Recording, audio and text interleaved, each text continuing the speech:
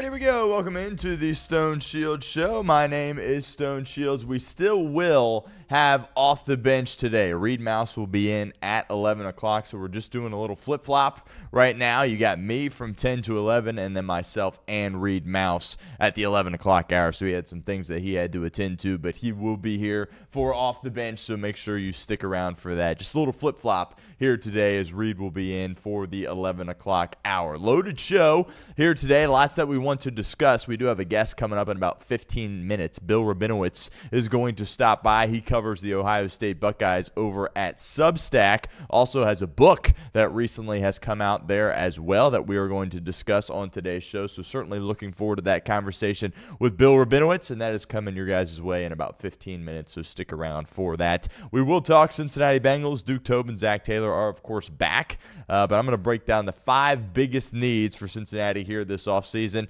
and surprise, all of which are on the defensive side of the football. We'll talk about that. Also, some Black Monday conversation. Lots of jobs coming open in the NFL. Maybe a few more will become open. I kind of expected actually a couple more to be open by now. That hasn't been the case, but we'll talk about that on today's show. Also, NFL postseason. It is here, and we will break down all 14 teams, and we'll rank them. We do our power rankings every Tuesday. Going to do our NFL postseason power rankings here on today's show. We'll have our postseason predictions later on in the week. And lastly, great college basketball night tonight. Last night, Ohio State lost narrowly at home to Hoiberg and the Nebraska Cornhuskers. What a start to the season they have had. But Miami back in action tonight against Western Michigan, looking to stay undefeated. Heavy favorites in that game at Millett Hall. Also, Cincinnati will travel to West Virginia and play the Mountaineers. I believe 2.5-point underdogs in that game after a positive game against Houston, but ultimately some of the same issues reared its ugly head at the end of that ball game. Also, Texas Tech, Houston, incredible game. 2 national title contenders right there, and Duke and Louisville a little bit earlier in the evening as well. So a great night of college basketball. Certainly looking forward to that. But let's start with the Cincinnati Bengals, and I want to break down the top 5 needs for Cincinnati here going into the offseason. And as I mentioned, surprise, surprise, all of which being on the defensive side of the football. Mike Brown, of course, announcing Duke Tobin, Zac Taylor are back for this offseason. Of course, they will oversee this offseason and, of course, be at their positions going into next season. And I was of the mind that they should bring Zach back just because of the continuity they have offensively, just because any given Sunday when they step out on the field, they can be the best offense in the National Football League. I think it's noteworthy, right? If you remove that, there's no guarantee that it will get better, right? It definitely could get worse, so I understand the organization kind of wanting to stand pat here. I was open about wanting to move off of Duke Tobin, but also if you bring a new GM in here or a de facto GM, he's going to want his people do things his way, and the reality of the situation is you're not that far. You're far away on defense, but as far as a full team, a full operation being far away from a Super Bowl championship, you're really not. You're really not. So it's maddening, right? Drives you crazy that they're just going to run this thing back. Certainly not surprising whatsoever. But when you really break it down to the studs, you go, well, what's the best chance that you can compete next year if you're the Cincinnati Bengals? It's probably running it back. You don't have time to rebuild here, right? Joe Burrow, T against Jamar Chase, they're just getting older each and every year, and eventually they're going to be out of their primes. The last thing you can afford is just to kind of blow this thing up and say, yeah, we're going to totally redo everything in which we're doing. Lots of positivity on the offensive side of the football. They're going to keep those 2 guys in place. Duke Tobin, by the way, is going to speak on Friday, which definitely is noteworthy, something he doesn't typically do. By the way, this should be the new norm. He should speak at the end of the season each and every year. Probably should speak at the bye week as well, but he hasn't done that. That's going to change on Friday. Don't expect much. He's going to be very diplomatic, certainly, in his answers, but I'll be tapped in. You'll be tapped in, too, and we'll see what he has to say, answering some of the questions as to why Cincinnati had a 6-11 season and fell so short of expectations. But I want to roll through these positions of need here for Cincinnati this offseason, 5 of them that we are going to discuss, and as I mentioned, all of which on the defensive side of the football. The number 1 position for me, and I get people laugh at this, but the number 1 position for me is that safety spot. I know if you break it down position by position, which positions on the National Football League field are the most important. Quarterback 1, left tackle, edge rusher. I understand that safety may be at the bottom of the barrel a little bit, but the reality of the situation is this. The safety play for the Cincinnati Bengals ever since Jesse Bates departed has been miserable and has been a reason why you have lost so many games. right? There were safeties in the draft last year. We talked about Malachi Starks having a heck of a year for Baltimore. We talked about Nick Amamwari having a heck of a year for one of the best defenses in the National Football League in the Seattle Seahawks. You did nothing at that safety spot. Caleb Downs is the name that I've thrown around. I'm going to continue to throw it around. I know Bengals fans across the city have been throwing that name around, but you need new guys at that spot. Geno Stone, he's not going to be back, right? I think that would push us all to the breaking point if he were to come back to this team. He's not going to be back. Tyson Anderson, by the way, is a free agent. Dejan Anthony, your 7th-round pick out of Ole Miss a couple of years ago, has proven that he is not capable of being a starter or even really being a role player in the National Football League. The only piece you have in place is Jordan Battle, and I've been very critical of Jordan Battle here on this show myself. I don't know if he's an answer as a guy that can be a starter going forward, but just because of all the holes that you have on the defensive side of the ball on this roster, I would expect Jordan Battle to be back as a starter next year. I have my issues with it, but that's probably what is going to happen. Safety to me is the top need. I get it. I get it's not edge rusher. I get it's not quarterback, left tackle. You could put it, if you're ranking all the positions, maybe it's at the bottom of the barrel as far as how valuable it is. But regardless of that, when you're that incompetent at any spot, I don't care if it's long snapper, at any spot in the National Football League, you're going to have serious trouble. That position needs to be fixed. We all said it last year. The Bengals neglected to do anything about it. We all sat there and said, that's horrible. What are you doing? You're crazy. You need to address this position. They didn't, and it cost them several games this year. To me, safety's one. 2, defensive tackle, right? Again, talk about replacing a guy in Jesse Bates. The Bengals haven't been able to do that. Well, guess what? They haven't been able to replace DJ Reader at all since they let him walk and ultimately go to the Detroit Lions. They've tried different guys at that spot. The Sheldon Rankins experiment certainly blew up in their face. Look at him. He's starting, by the way, on the best defense in football. That's certainly a little bit frustrating over there in Houston with the Houston Texans. And then this year you brought in TJ Slayton. He, by the way, going to be under contract next year. Could he be part of the solution going forward? I think he started to play better football at the end of the year for the Cincinnati Bengals, but regardless, you need new bodies in there. Because when we talk about guys under contract, it's him, it's B.J. Hill, and it's McKinley Jackson. And in case you forgot, McKinley Jackson, of course, has already requested a trade. That was done during the season, around when Logan Wilson, of course, requested a trade there as well. His was granted, McKinley Jackson's was not. He got himself on the field a little bit more, but was it great? Was it third-round talent? Absolutely not. That's a huge position.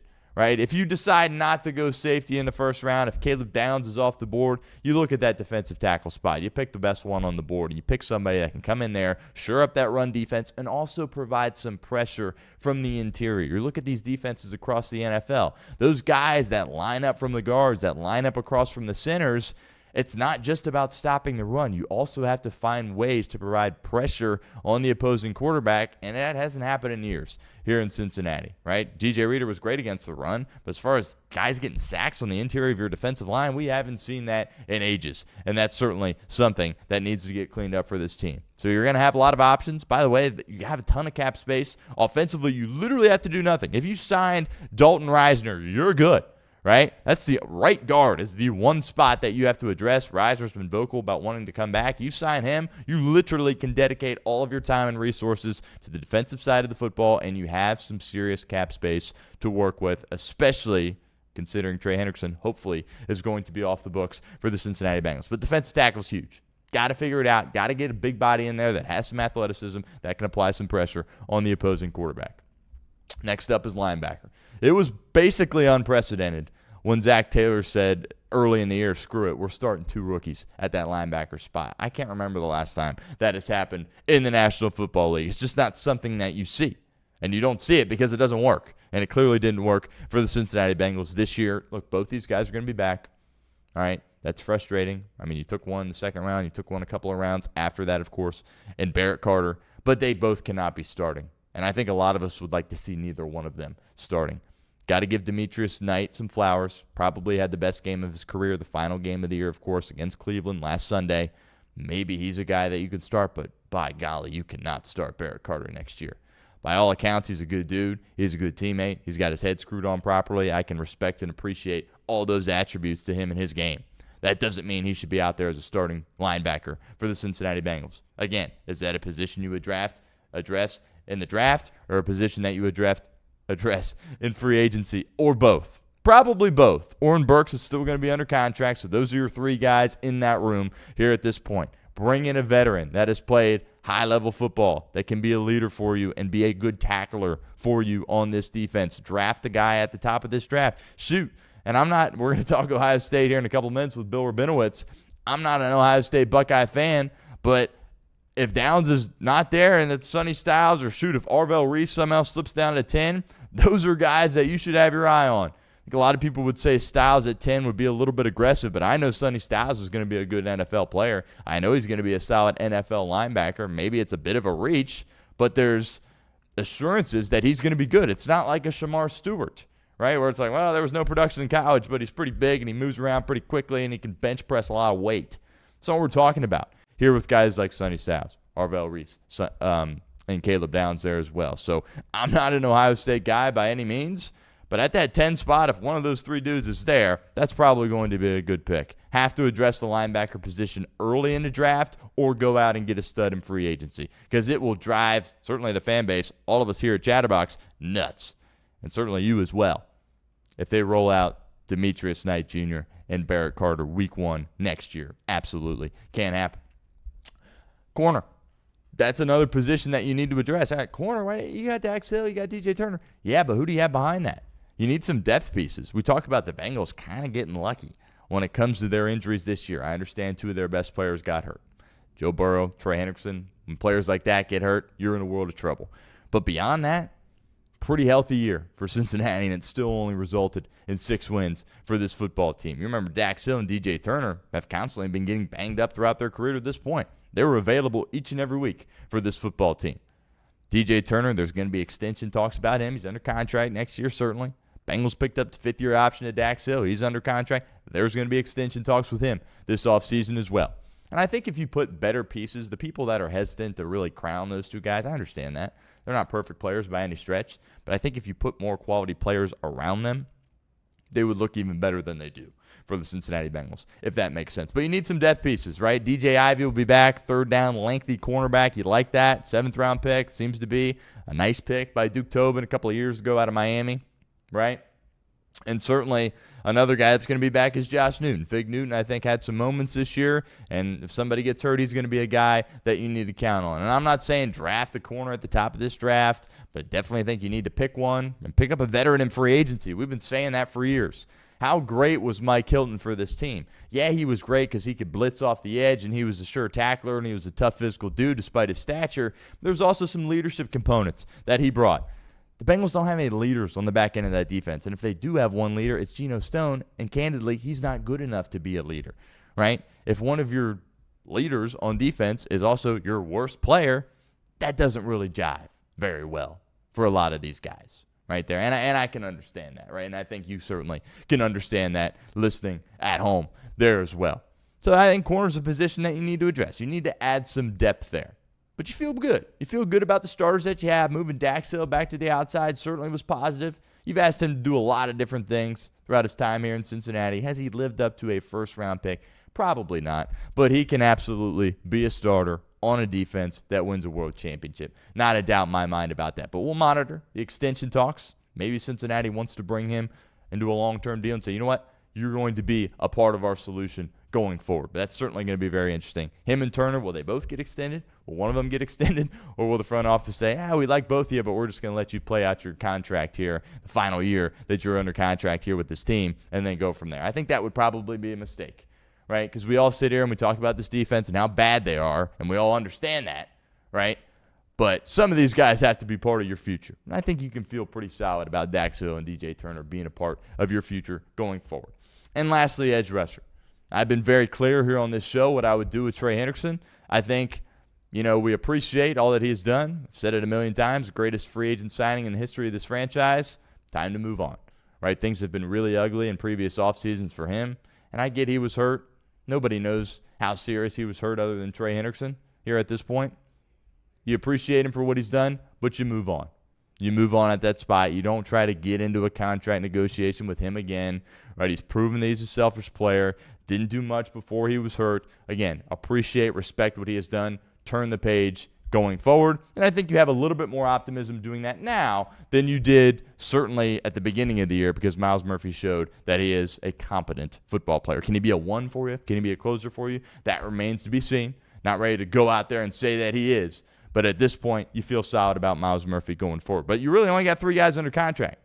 They're at that edge rusher spot. You got him. Of course, you got Shamar Stewart, who showed some signs of life going forward. We've been very hard on Shamar Stewart, and rightfully so, here at this show. But the reality is, well, the Bengals took him 17 overall last year. They're not going to quit on him yet. As much as a lot of us would like for them to quit on him here at this point, they can't afford to do that. And Zach and Duke have spoken glowingly about him and his work ethic, and we'll see if he can do the right things this offseason and be a more productive player for Cincinnati. But in the defense of Shamar Stewart, he wasn't able to stay out on the field as much as certainly the Bengals or he would have liked. And beyond that, it's Cedric Johnson. He's going to be back. Looks like a potential diamond in the rough type of guy from a couple of years ago out of Ole Miss in the 6th round. He certainly had showed some signs of getting home to the quarterback, applying some pressure, being solid off the edge in the run game there as well. And I think that's certainly very productive. And I think you feel pretty good about him going forward. But you need that closer. You need that star that you can rely on when the defense has to make a stop. And there's been several opportunities throughout the year to this point where the defense had a chance to either close the game or get the ball back to the offense with the chance to go win the game,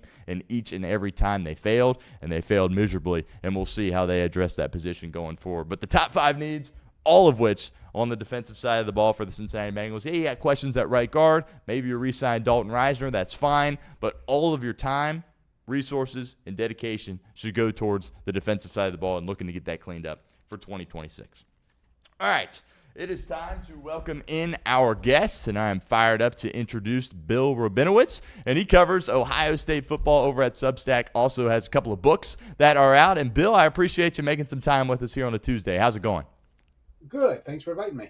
Of course, no problem. Let's kind of jump right in here. Obviously, Ohio State, their season comes to a screeching halt with the loss in the quarterfinals to Miami. And I was talking about that game leading up to it on the show, and I thought there was only one possible avenue for Miami to win that game, and as if they dominated in the trenches. And that certainly is what happened in the game. Was anything about the result and that particular matchup surprising to you?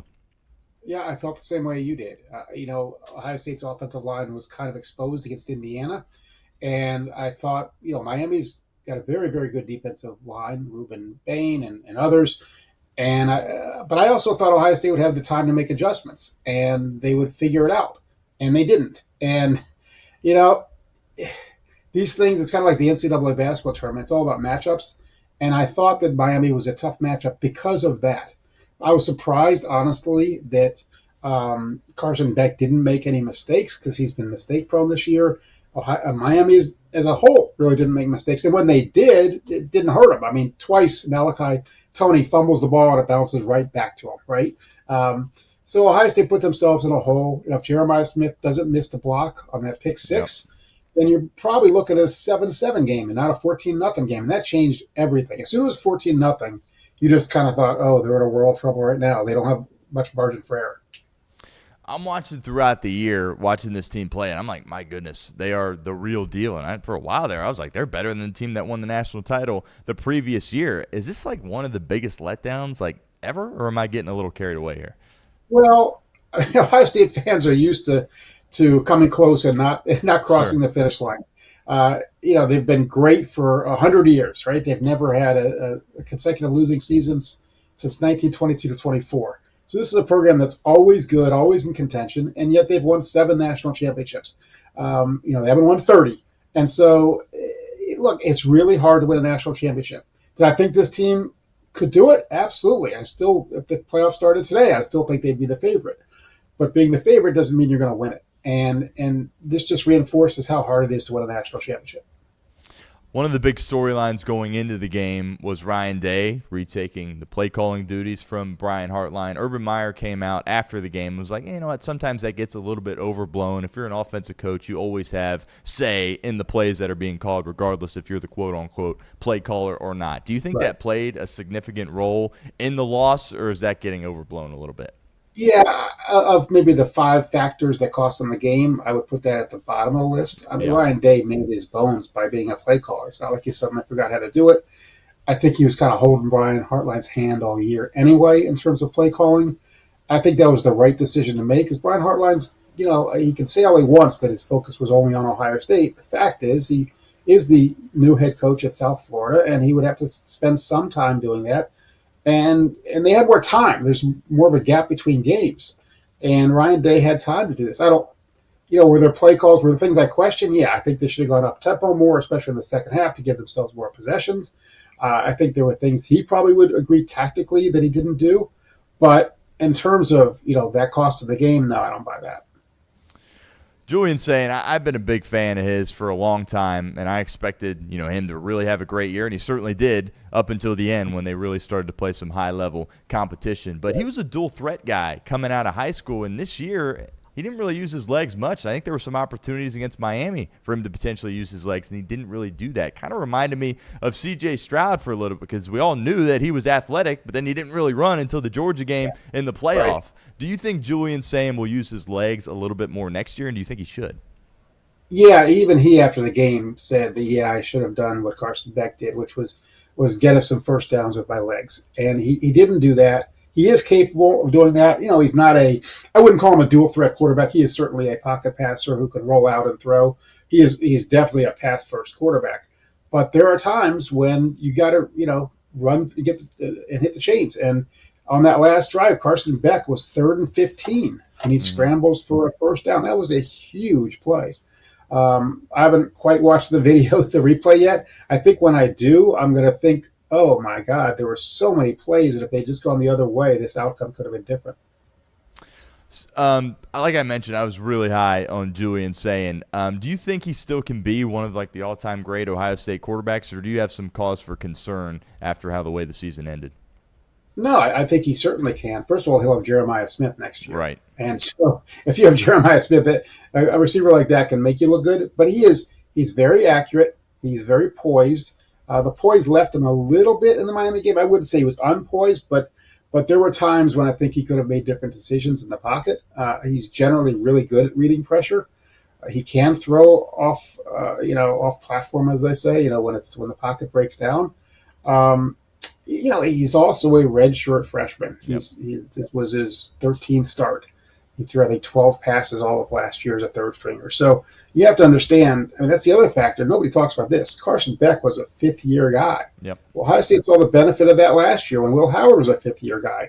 If I were an NFL team drafting one of those guys, would I rather have Carson Beck, Will Howard, or Julian Sayin? I definitely want to have Julian Sayin. Mm-hmm. But there's something to be said with having all that experience. And Carson Beck's been through the wars. He went through it at Georgia.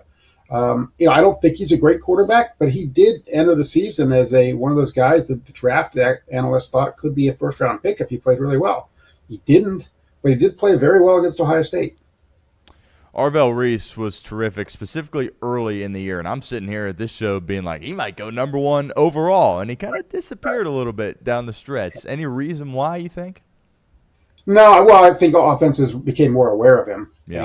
And he was really good as a spy. If you had a scrambling a quarterback like Washington had their guy, Damon Williams, he was really good at just being the guy that just quarterback would see him out there and go, well, I guess I can't scramble.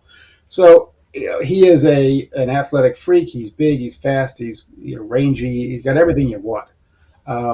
But there are ways if you're an offense to kind of go away from guys. Caleb Downs, made some impact against Miami, certainly. But, offenses are smart. They know who to try to avoid and who to attack. And so the thing that surprised me about the game was Miami was able to run the ball. And I did not think they would be able to do that. I just didn't. And in that last drive, it's kind of an old story with Ohio State. The defense is great until it has to be. And, we saw, not that the Bengals defense was great. It wasn't, obviously. But, there were times this year, just get a stop. They played reasonably well, and then they wouldn't get a stop. And that's kind of been something it's afflicted Ohio State for a long time. It's the great defense, no question. But do they make the plays when they have to in critical games and critical situations? Not always.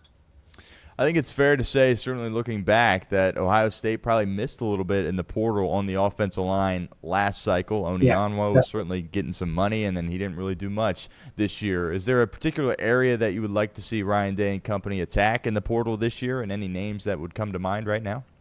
Well, the portals, there are 1,000 names in there, and I see some of the names, and I'm not going to, I don't think there's any reason to jump on that until it happens, but their offensive line will remain intact. Now, some Ohio State fans may say that's not such a great thing, but I would think that Austin Saravel's coming back, and Philip Daniels, and Josh Padilla, Luke Montgomery. Carson Hinsman's a bit of a question.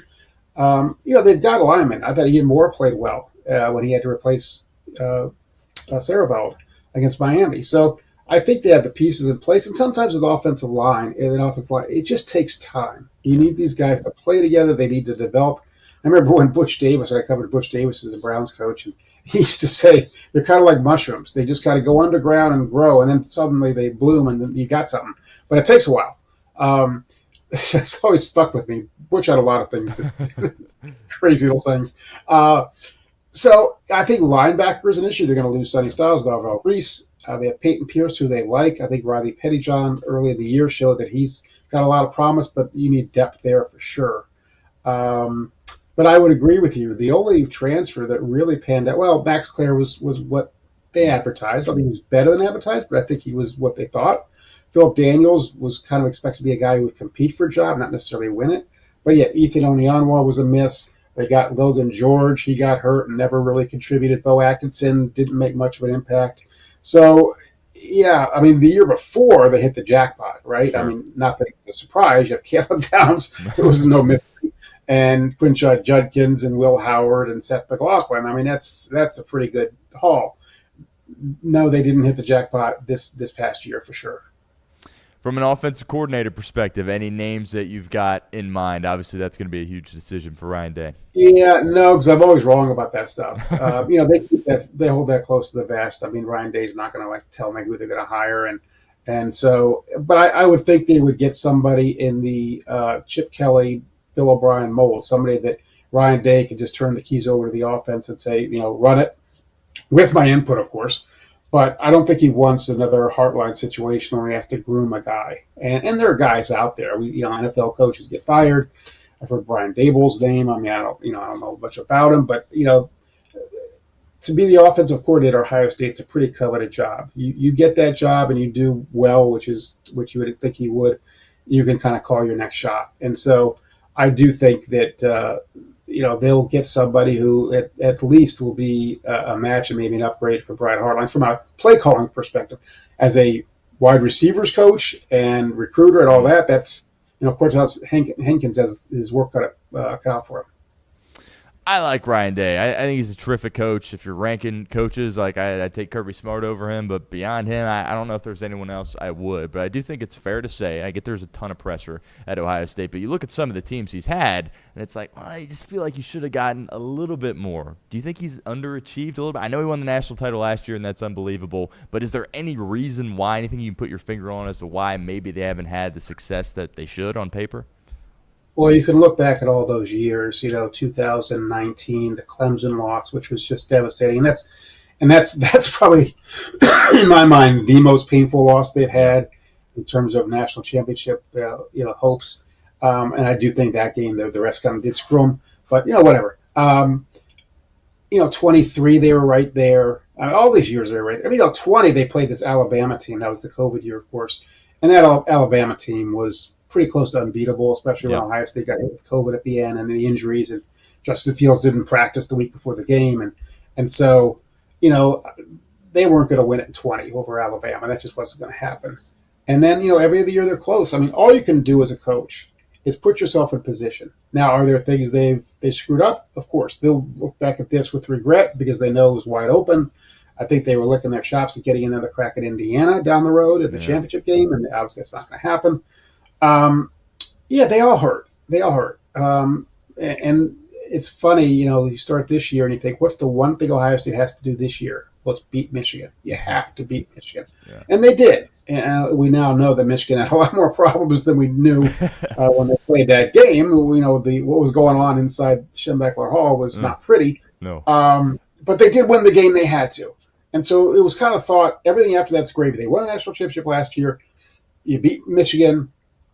Play with no pressure and go do it again. And then Indiana, kind of exposed them. I do think Ohio State was hurt by not being tested all year. We certainly thought that Penn State would test them. We thought that Michigan would test them.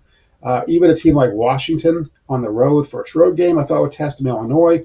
None of those teams did. Ohio State breezed. And I remember asking Ryan Day kind of late in the season during that Purdue, UCLA, Rutgers period, are you worried that you're not getting tested, that you haven't had adversity? And he said, well, no, we practice really hard. We fight against that. But there's one thing to do it in practice. The iron sharpens iron sort of thing. It's another thing when it's an unfamiliar opponent. You don't know their moves, and they're really good too. And I think that's what they ran up against. Now, if Jaden Fielding makes a 27-yard field goal against Indiana to tie it and they go to overtime, we might not be having this discussion. I think there's no question Ohio State would have beaten Alabama if they played them instead of Indiana playing them. Like I said, it's somewhat about matchups, and Miami was a tough matchup for Ohio State from the offensive defensive line perspectives.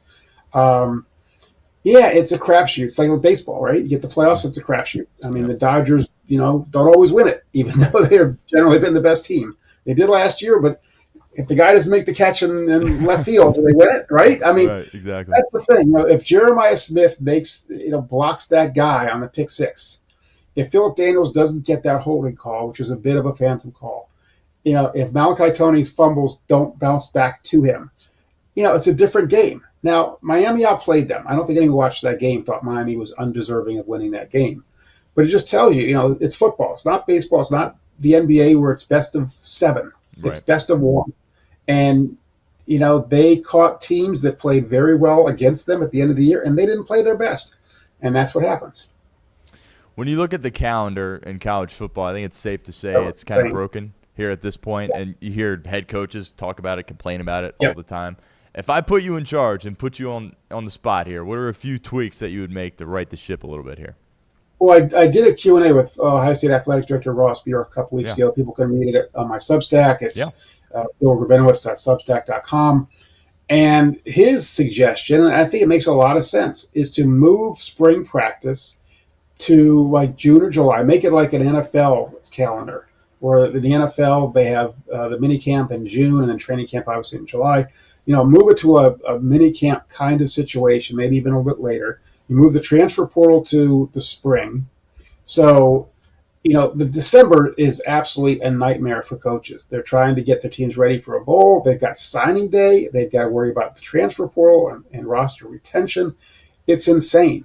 And then for Ohio State, and I think this affected them against Indiana, Brian Hartline takes the South Florida job on signing day, and then Ohio State has to try to keep Chris Henry Jr., the son of the former Bengal, who I actually covered, and now I'm going to cover his son, so I feel really old. Had to keep him in the fold. And so I just think they were a little distracted that week. I didn't write off the Indiana game as a fluke, because Indiana is very good.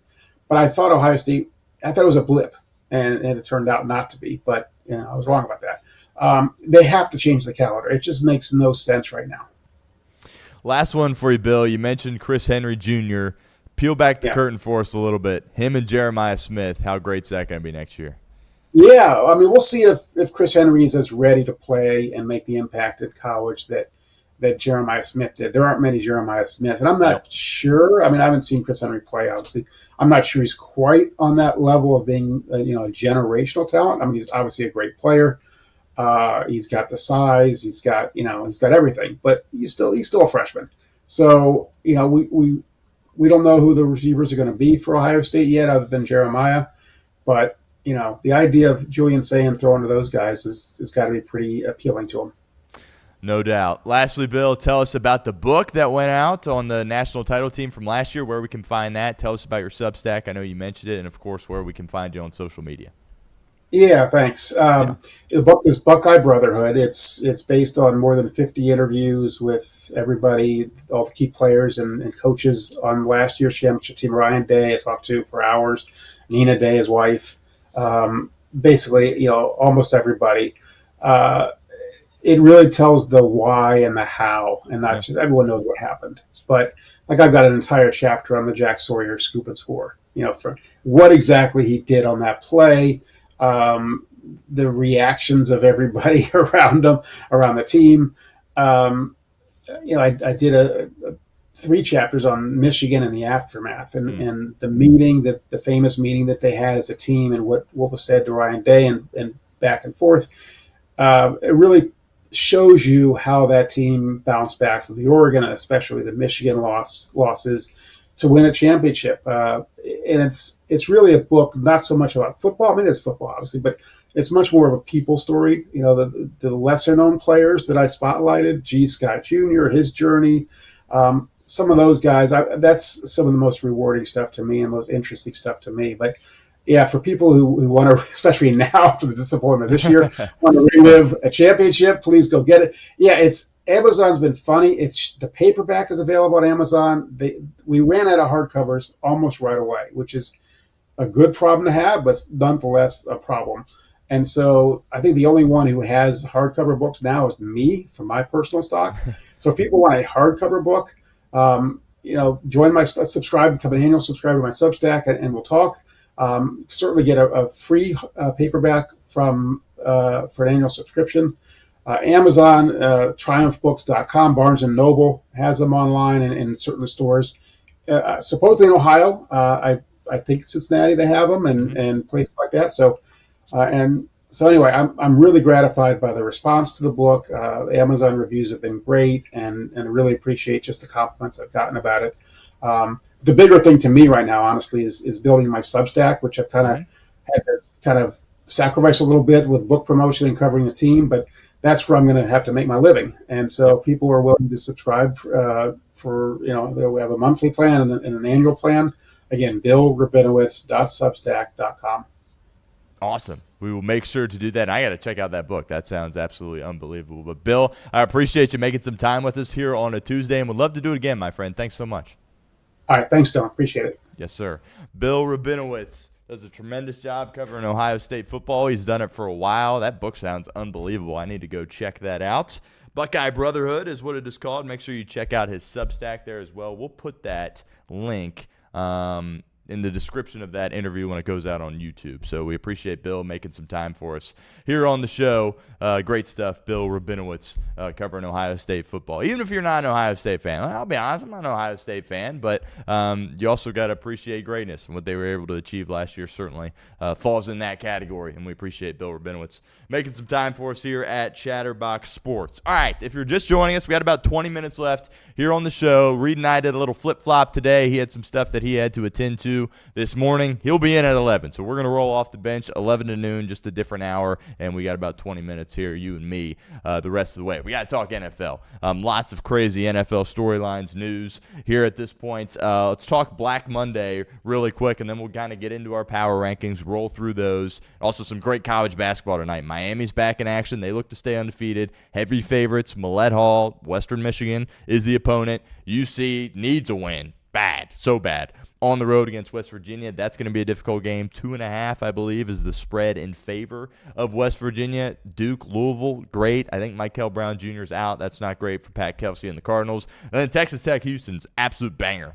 I think either one of those teams certainly could win the national title, so we'll spend a little bit of time talking about that if we can. But let's start with these firings. I thought we would see a little bit more. Obviously, we're live on the show. Maybe one that's happened over the course of the past few minutes.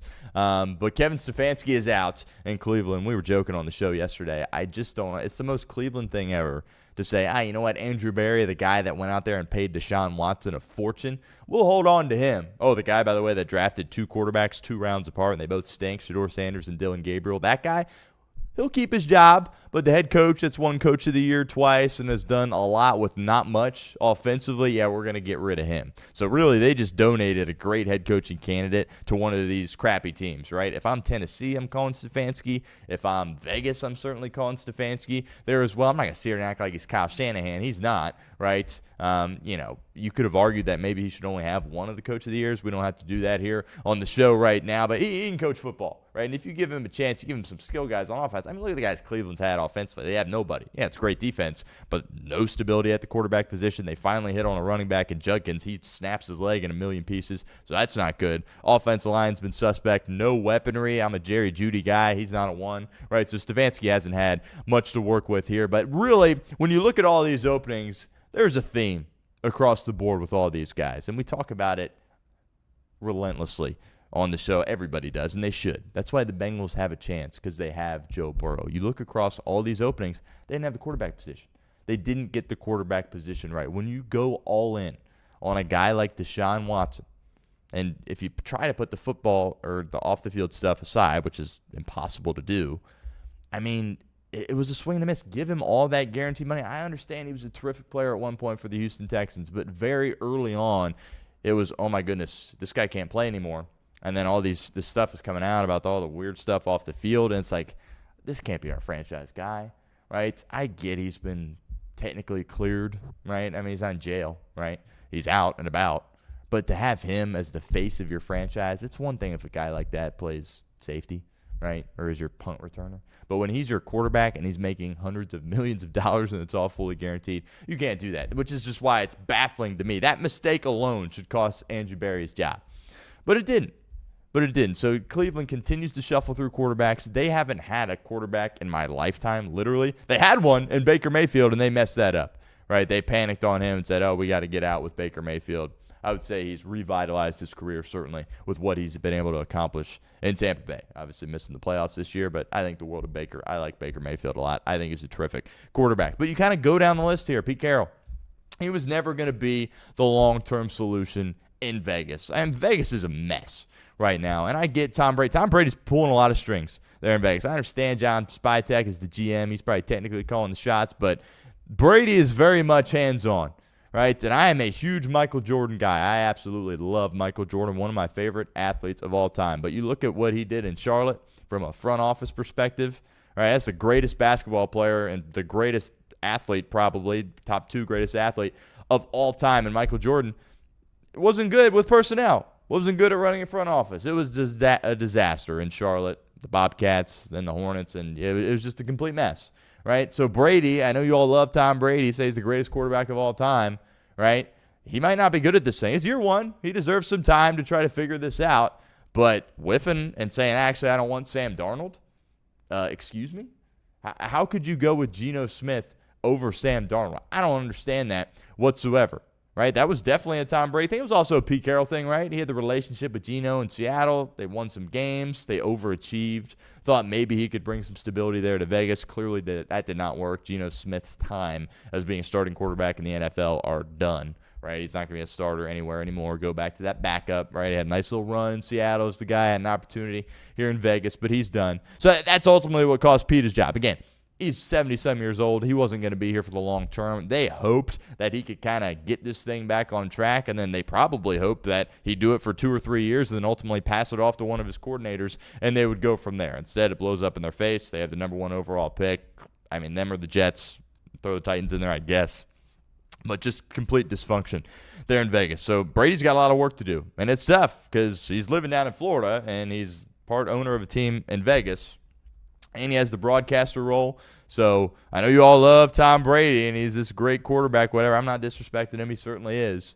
But he might not be good at this whole personnel thing, right? And don't kid yourself. He's very hands-on here. Spytek's calling the shots, but Brady's certainly in his ear. So it'll be interesting to see what they do. Now, they have the number 1 overall pick. I think you take Mendoza. You don't think twice about it. And like I said, the Browns are giving Vegas an opportunity here. Oh, yeah, here's Kevin Stefanski on the market. You want him, right? I'm not going to say he's a Mike Vrabel. I don't think that's the case. When Tennessee did that, that was absolutely absurd. But just kind of putting a coach like that, it's won Coach of the Year twice, clearly has a good feel for offense, just hasn't had the personnel to work with. Took Joe Flacco, and he was, 38 years old, and not kind of off his couch a little bit to the playoffs, had success, right? I don't know. And they kind of gave him an opportunity to find, I guess, I don't want to say find his Brock Purdy, but find a guy in either Gabriel or Sanders that could keep his job, right? Because if they win a few more games, he probably is able to hold on to it going forward, but they weren't able to do it because Gabriel, he looked like a backup. I'm not going to say Dylan Gabriel should go be a salesman, right? He can be a backup quarterback in this league. He's not a franchise guy. You took him in the 3rd round. I mean, you'd hear these scouts and personnel people across the league. They're like, yeah, he's probably going to be a good UDFA, or maybe he's a good 6th or 7th round pick. Taking him in the 3rd round, all right, I'm 3 inches taller than that guy. Hey, come on, what are we doing, right? Shouldn't be doing that. I think you're going to see especially kind of a side tangent here, as time goes on in the NFL, going to get away from drafting the smaller guy. I think Bryce Young kind of was the last straw. Who knows? Maybe they shocked the world, beat the Rams in the playoffs. Give a lot of credit to Bryce Young. When you take a guy that stature that early, it's a big-time risk. Can't see over the offensive line. You get passes batted down, right? It's a physical game. You get nicked up a little bit more. It's just what happens. And Gabriel in the third was blasphemous, and then they turned around and said, we'll take Shador 2 rounds later. Again, maybe that's Jimmy Haslam, the owner, calling down, we're trying to, finance this stadium here. We need Shador here so we can sell some. I don't know, right? But just the fact that Andrew Berry got to do all those things, Deshaun Watson, and then draft Dylan Gabriel and Shador Sanders, have no feel for offense, have no weapons on the offensive side of the ball. I get they've played solid defense. I get they have a really good defense. Has it translated to wins? No, it hasn't. So Stefanski, if I'm Kevin Stefanski, I'm probably a little bit relieved, right? Because the rest of the NFL, they'd view him as a solid head coach. Again, all these teams should be interviewing him. Maybe he won't get a job, but I think he probably should. And he gets to get out of Cleveland, right? And he doesn't have to see Joe Burrow and Lamar Jackson twice a year. So I think it's positive for him. Gannon, before we move on here, Jonathan Gannon of the Arizona Cardinals. We saw that thing going sideways very early on in Arizona. We really did. Some just, cringy moments right when he had the introductory press conference. And I don't think you can win it or lose it with the press conference. Look at Liam Cohen, right? He went viral for being a little bit goofy there in the press conference. He's terrific, right? Almost gets the 1 seed with Jacksonville. He goes on a tear. They win 8 or 9 games to end the year. Tremendous. Super Bowl dark horse, by the way. But Gannon, it just, I don't know. And kind of, if you remember back to that cycle, like Gannon was a hot commodity at that point. And he probably, he could have went the Ben Johnson route and waited, right? And then still had some opportunities after that. But he definitely had more than just the Arizona Cardinals he could have picked from. And he picked Kyler Murray, right? And, a lot of people would have said Kyler's a guy that you should pick. But clearly he's not, right? You can say what you want. Oh, he was put on IR. He was hurt, whatever. He's been hurt in the past. But this was a soft benching this year. It was a soft benching this year. The organization looked at that and they said, you know what? We think Jacoby Brissett gives us a better opportunity to win. That says a lot about Kyler Murray and the effort and attention to detail and the love for football, all things that have been questioned with Kyler Murray in the past. And when you get in bed with the wrong quarterback, it really makes things very, very difficult for you. And that's what Gannon experienced here, and they absolutely had to move on. Kyler Murray's got Keim, the GM, the original GM, fired. You got Cliff Kingsbury fired. Now you got Gannon fired. Right? Kyler Murray, when he's on, he throws a nice deep ball, right? It's fun watching him run around back there. He's not a winning quarterback. We know this. We understand this there as well. And then Morris, I think there was a lot of people with Atlanta that thought maybe he saved his job there at the end of the year. They started to play good football. But I always wonder, we've asked, Daner, Paul Daner Jr., Trags, all the people that cover the Cincinnati Bengals do a tremendous job, about how much pull does the head coach have? Like if a quarterback gets paid, how much is that the head coach or how much is that the GM? Right? Because if you're the GM, you're not down there in these meetings, you're not around the team as much as the coach. It'd be foolish not to take what the coach says into account.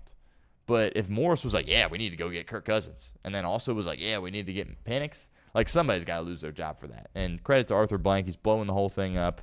They could have hung on for dear life and tried for next year, but what's the ceiling? 8 or 9 wins if you're Atlanta. So they got a lot of decisions and to make. Luckily for them, they're in the worst division in football, so they could turn this thing around relatively quickly, but I thought that was the right move, moving off of Raheem Morris. Again, no stability at the quarterback position. Pay Kirk Cousins millions and millions of dollars.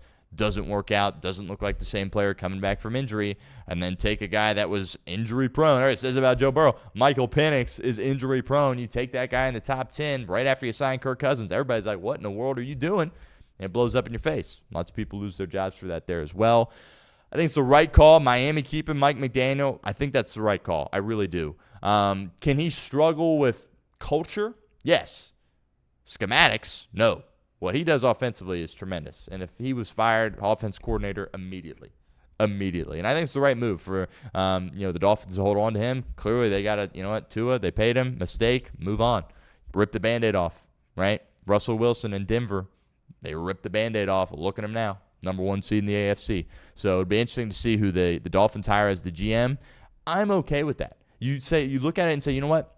We got a head coach that clearly knows what he's doing. Right, he's a little bit quirky at the podium, doesn't seem like an alpha.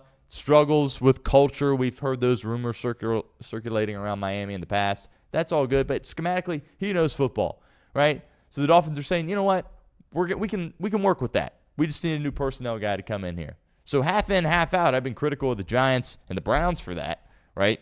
Keeping the GM, firing the coach. I don't get that, but you want to keep the coach because he's a solid coach and move off the personnel guy, the guy that paid Tua Tagovailoa? I don't have a problem with that. It'll be fascinating to see who they hire. We'll see if any more of these jobs come open. And again, I don't understand how Aaron Glenn still has a job, right? I'm not in favor usually of the one and done. Like give him a second year is usually how I feel. But I mean, Aaron Glenn is a defensive coordinator, defensive minded guy, and his defense didn't have a single interception. I get some of that's fluky, but some of that's like, dude, what are we doing, right? Again, I judge you as a head coach how you are on your side of the football. Zac Taylor, that's why I've given him the benefit of the doubt for so long because his offense is awesome. Aaron Glenn's defense stunk, right? And the offense stunk. If I'm Dante Moore, right, he's thinking about coming out, certainly. We'll see how he plays against Indiana. But if I'm Dante Moore's people and his agent and everybody around the league's like, yeah, Mendoza's going one. Mendoza's going to Vegas. I'm coming back to Oregon because I don't care if it's Trevor Lawrence. I don't care if it's Caleb Williams. Shoot, I don't care if it's Joe Burrow. With the Jets? Okay, maybe Joe Burrow. But besides him, I mean, come on. Nobody's having success there. All right, 10 minutes left here on the show before it is Reed Mouse time here on Off the Bench. I want to roll through these power rankings really quickly. We always do them every Tuesday, top 10. 14 teams left in the NFL playoffs, so we'll roll through them very quickly to round out today's show. Panthers, 14. Unfortunate. I give Canales credit. I'm not a Canales guy. Got to give him credit for what he's done. You talk about dumpster fire organizations in the NFL. It's usually the same handful of teams. Browns, Jets, Panthers, Jaguars. Obviously not the Jaguars this year, but the same bottom feeders each and every year. The turnaround's been impressive.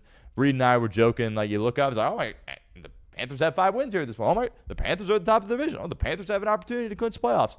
You would think that it's going to get ugly for them against the Los Angeles Rams. Granted, Rams had to come into Carolina already at this point this year and lost that game. That's interesting. Hard to believe. Hard to imagine that would happen again. Credit to them for making the playoffs. Credit to Bryce Young. I was a huge Bryce Young guy when he came out. I don't have a problem admitting that I was wrong. Nobody would say he's the number 1 overall pick that they gave up so much draft capital to go get. I mean, take a look at that trade with the Bears. If you haven't done that recently, just a fleece job by Chicago. But I give him credit. After getting benched last year, has played really solid football. Is a great leader, right? You talk about Deshaun Watson being a horrible face of an organization. Well, Bryce Young might not be a great football player, but he's a great leader and a great person to be kind of an ambassador to your team. That's very important at the quarterback position. I give the Panthers a lot of credit. Clearly the worst team in the playoffs. I think all of us wish it was Baker and the Bucs, giving them a little bit more of an opportunity to pull off an upset. But we'll watch the game. We'll see. 10-point spread. Panthers at 14. Chargers at 13. You know, there's always some teams that just are always a little bit nicked up. The Niners obviously at the top of the list. They seemingly can't stay healthy. The Chargers always feel like they're banged up. Herbert's not 100%. He's got all kinds of issues. He's tremendous. Huge Justin Herbert guy. That's a franchise quarterback. But his offensive line, right, they came into the season with the 2 best tackles in the league, you could argue, and they're both hurt. So that's very difficult for them. I don't see them, making enough explosive plays. They're going to be so reliant on Justin Herbert being spectacular, which I believe he can be spectacular. And he has shown that in the past, and he could will this team to victory. But we talked about this in the Rose Bowl. Kind of, it's like, well, if Mendoza kind of needs to make a mistake for Alabama to have a chance in this game, I kind of feel like Drake May needs to make a mistake in order for the Patriots to lose this game and the Chargers to win. We'll monitor it. Chargers at 13. Steelers at 12. We're all Bengals fans. If you're watching this show, more than likely you're a Bengals fan. That means we don't like the Steelers. Doesn't mean I can't appreciate Aaron Rodgers. Doesn't mean I can't be appreciative of the fact that we get to see him play in the postseason after, not being in it since 21.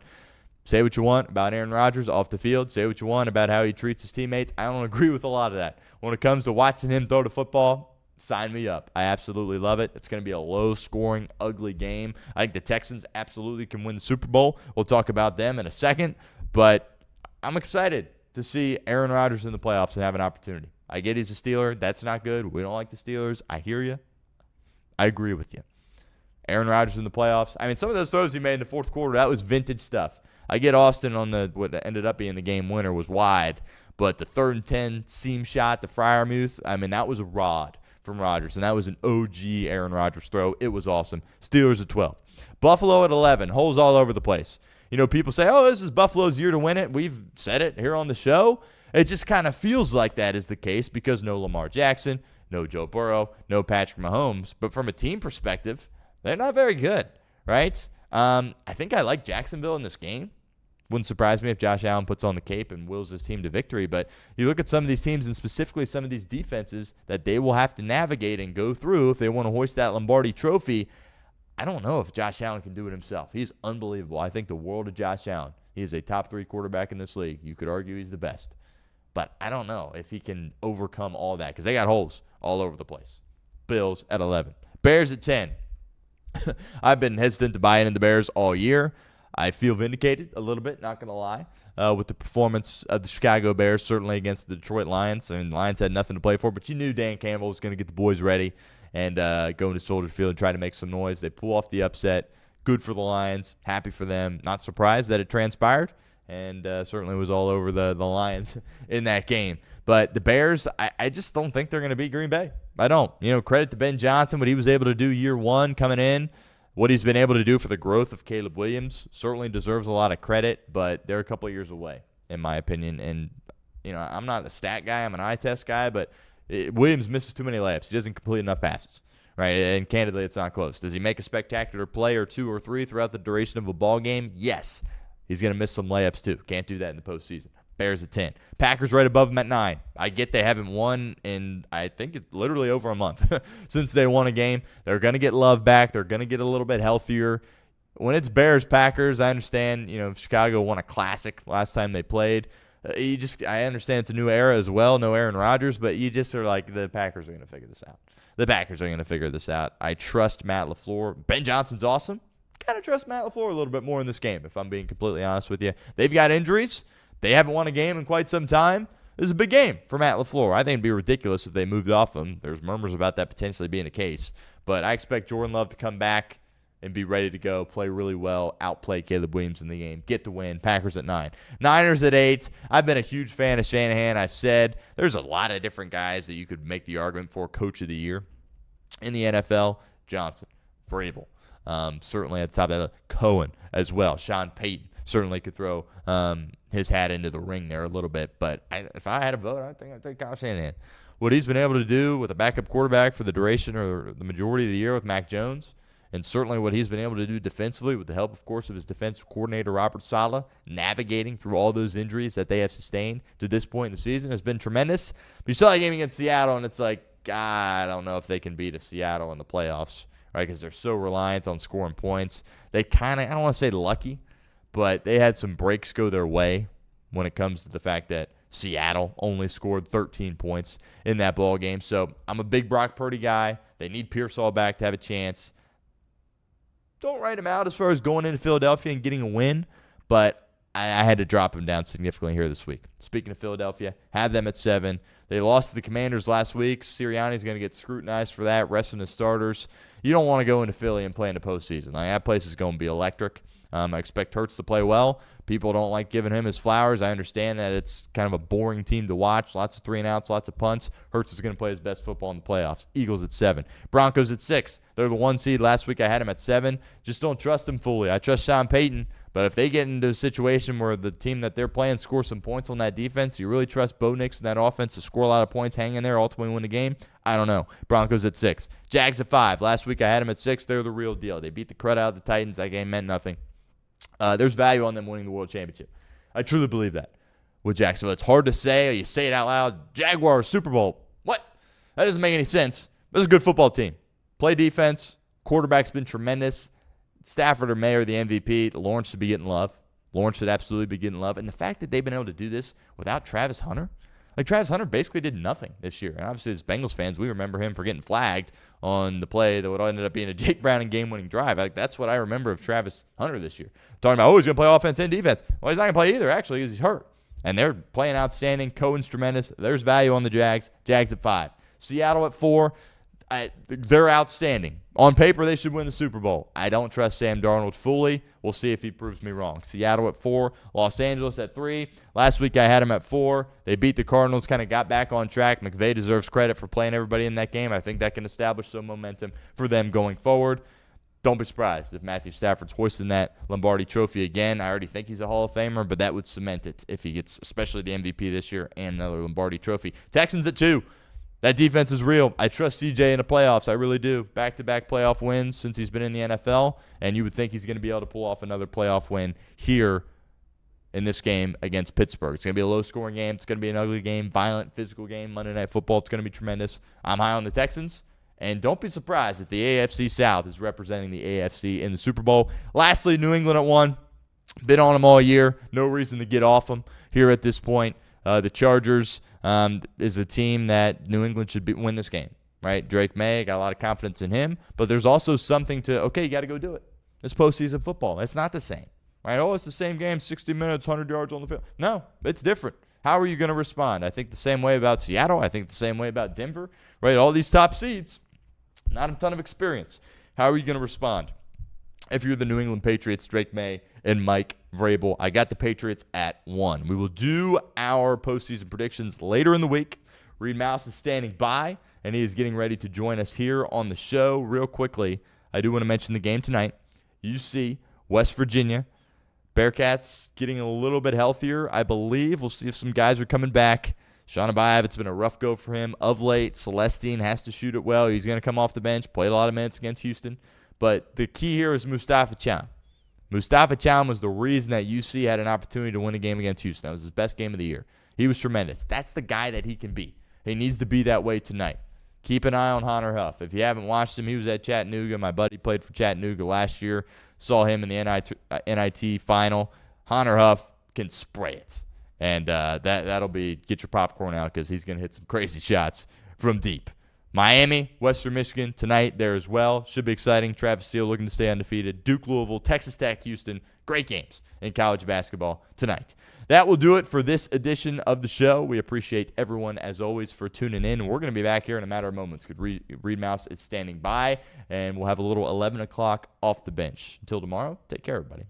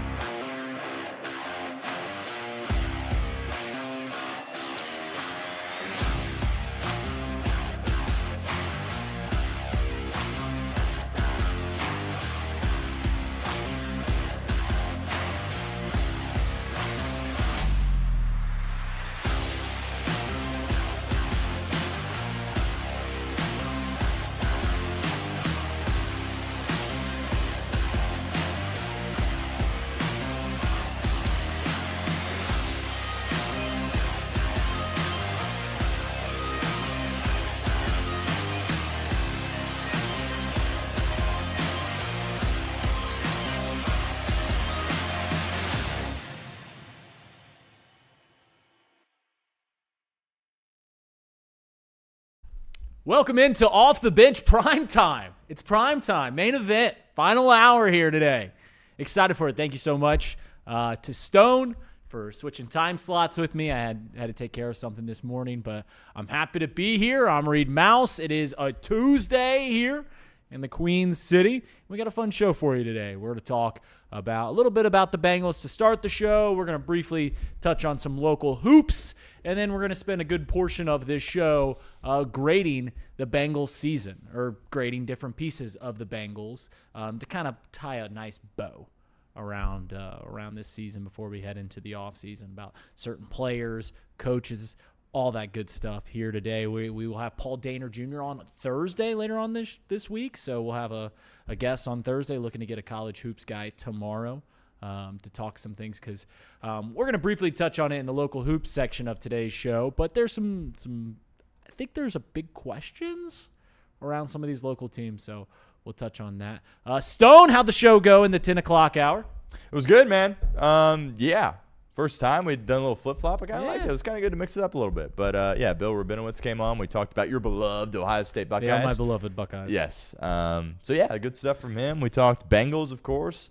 Talked NFL playoffs. So, yeah, I had a good show. Looking forward to having a good hour number 2. That's too. Hour number 2 here in the 10 to 12 on Off the Bench. So, let's dive right in. Obviously, we started off yesterday's show talking about Mike Brown's open letter to the fans, where he committed to saying that Duke Tobin and Zac Taylor were coming back for this coming year. And we talked a good deal about what that means. So then we started speculating, hey, does this mean that there will be any coaching changes?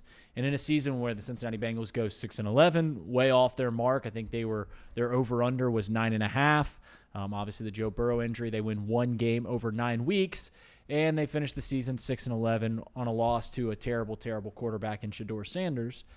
And people are like, all right, what about Al Golden? Is Al Golden coming back? Or is Dan Pitcher coming? Like, where is this team at? And Zac Taylor has reported, no.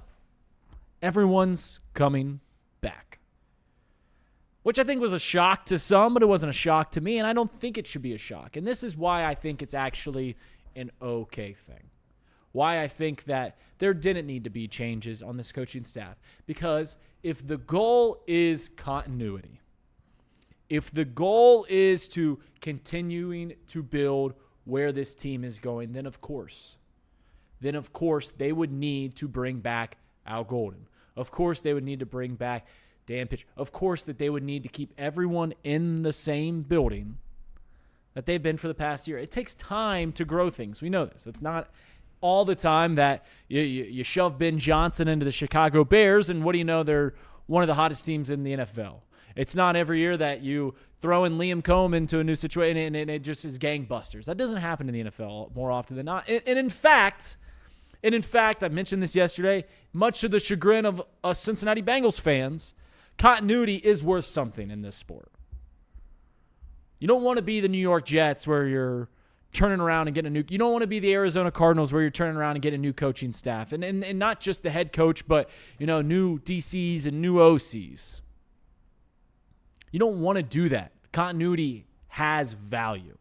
And if the goal, and if the message, if the model is we are going to ride this one out for at least another year, Duke Tobin, Zac Taylor, and his coaching staff, then you want continuity there. But then people will say, hey, Reed, come on. Al Golden was terrible. The defense was terrible. You said it yourself. You called this team historically and hilariously bad, and I did. There's no doubt about it. But I think that we saw enough over the past 7-8 weeks to where you saw significant improvement across the board to understand not only are they trending in the right direction, but that probably early on in the year they just were trying to win the Kentucky Derby with donkeys.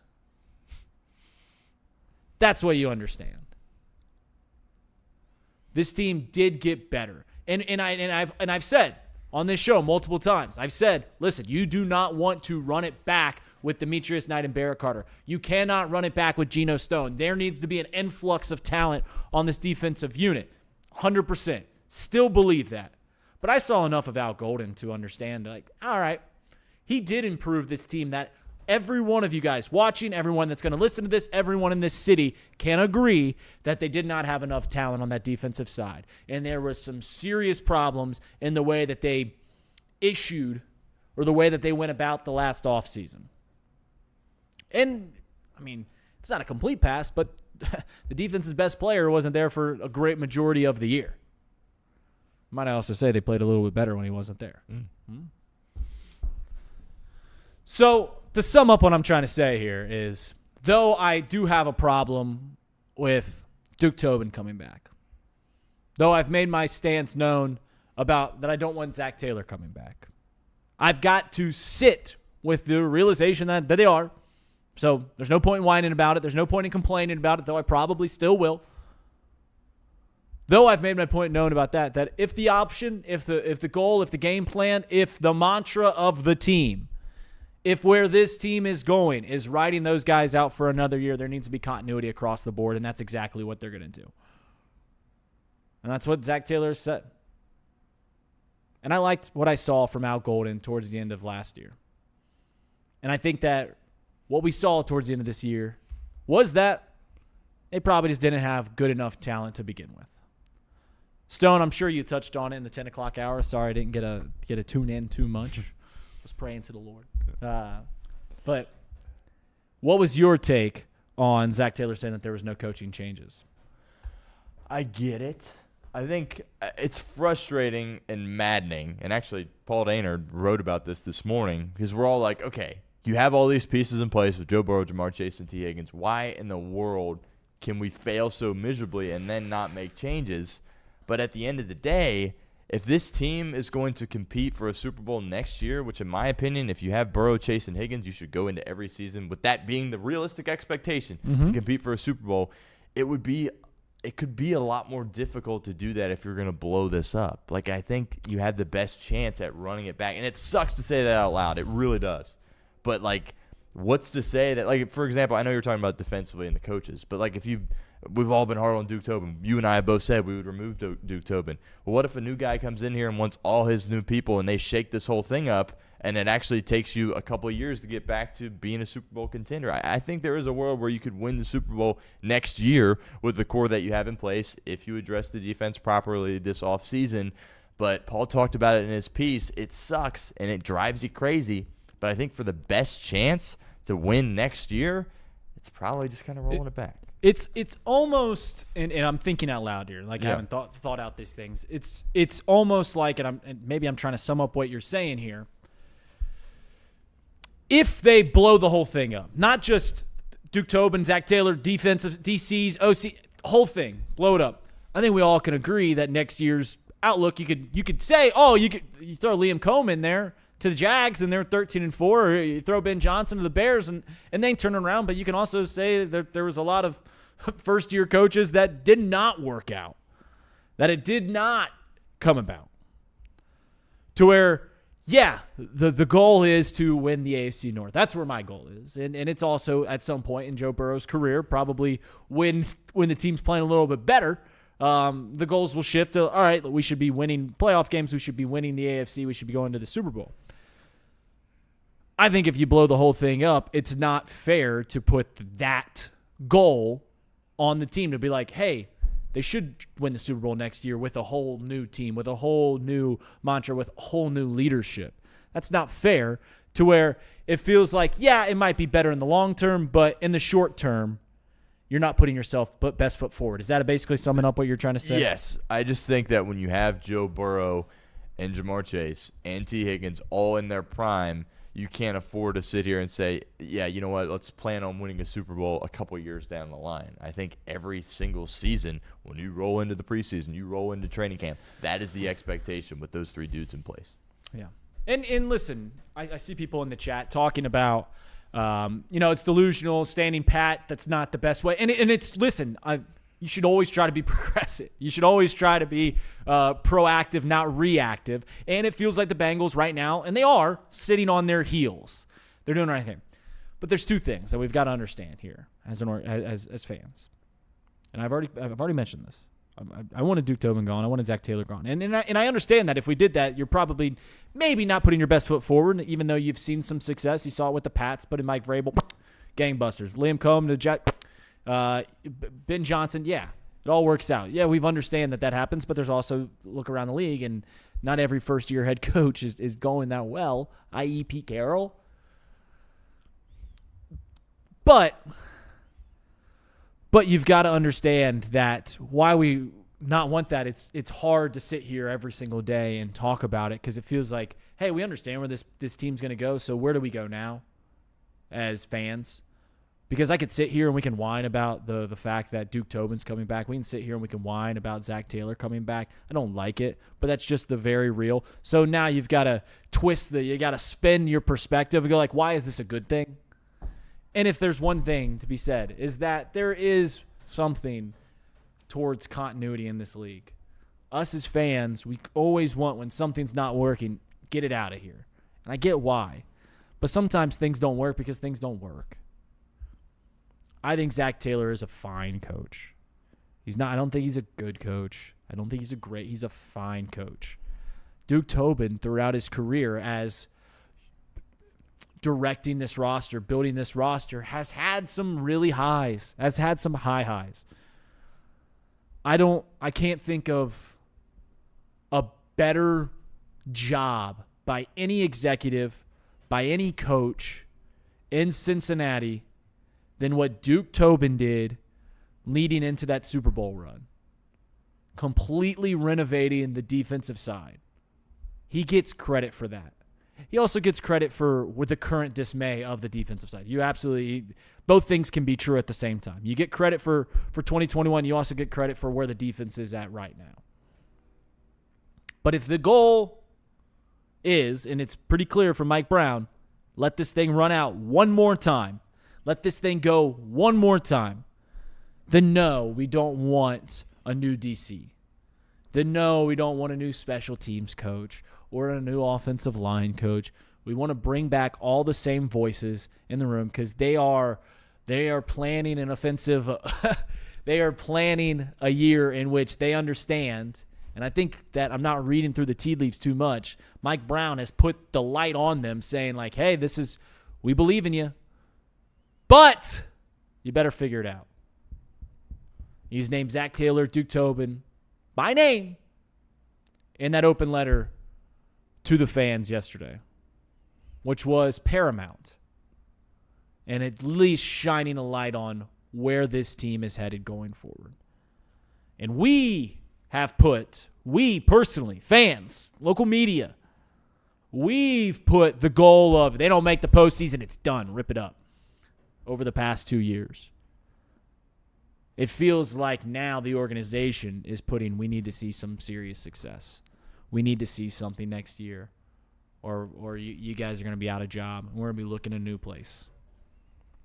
And I do want to say one thing about, and the final point that I'll make, about if we did fire Zac Taylor.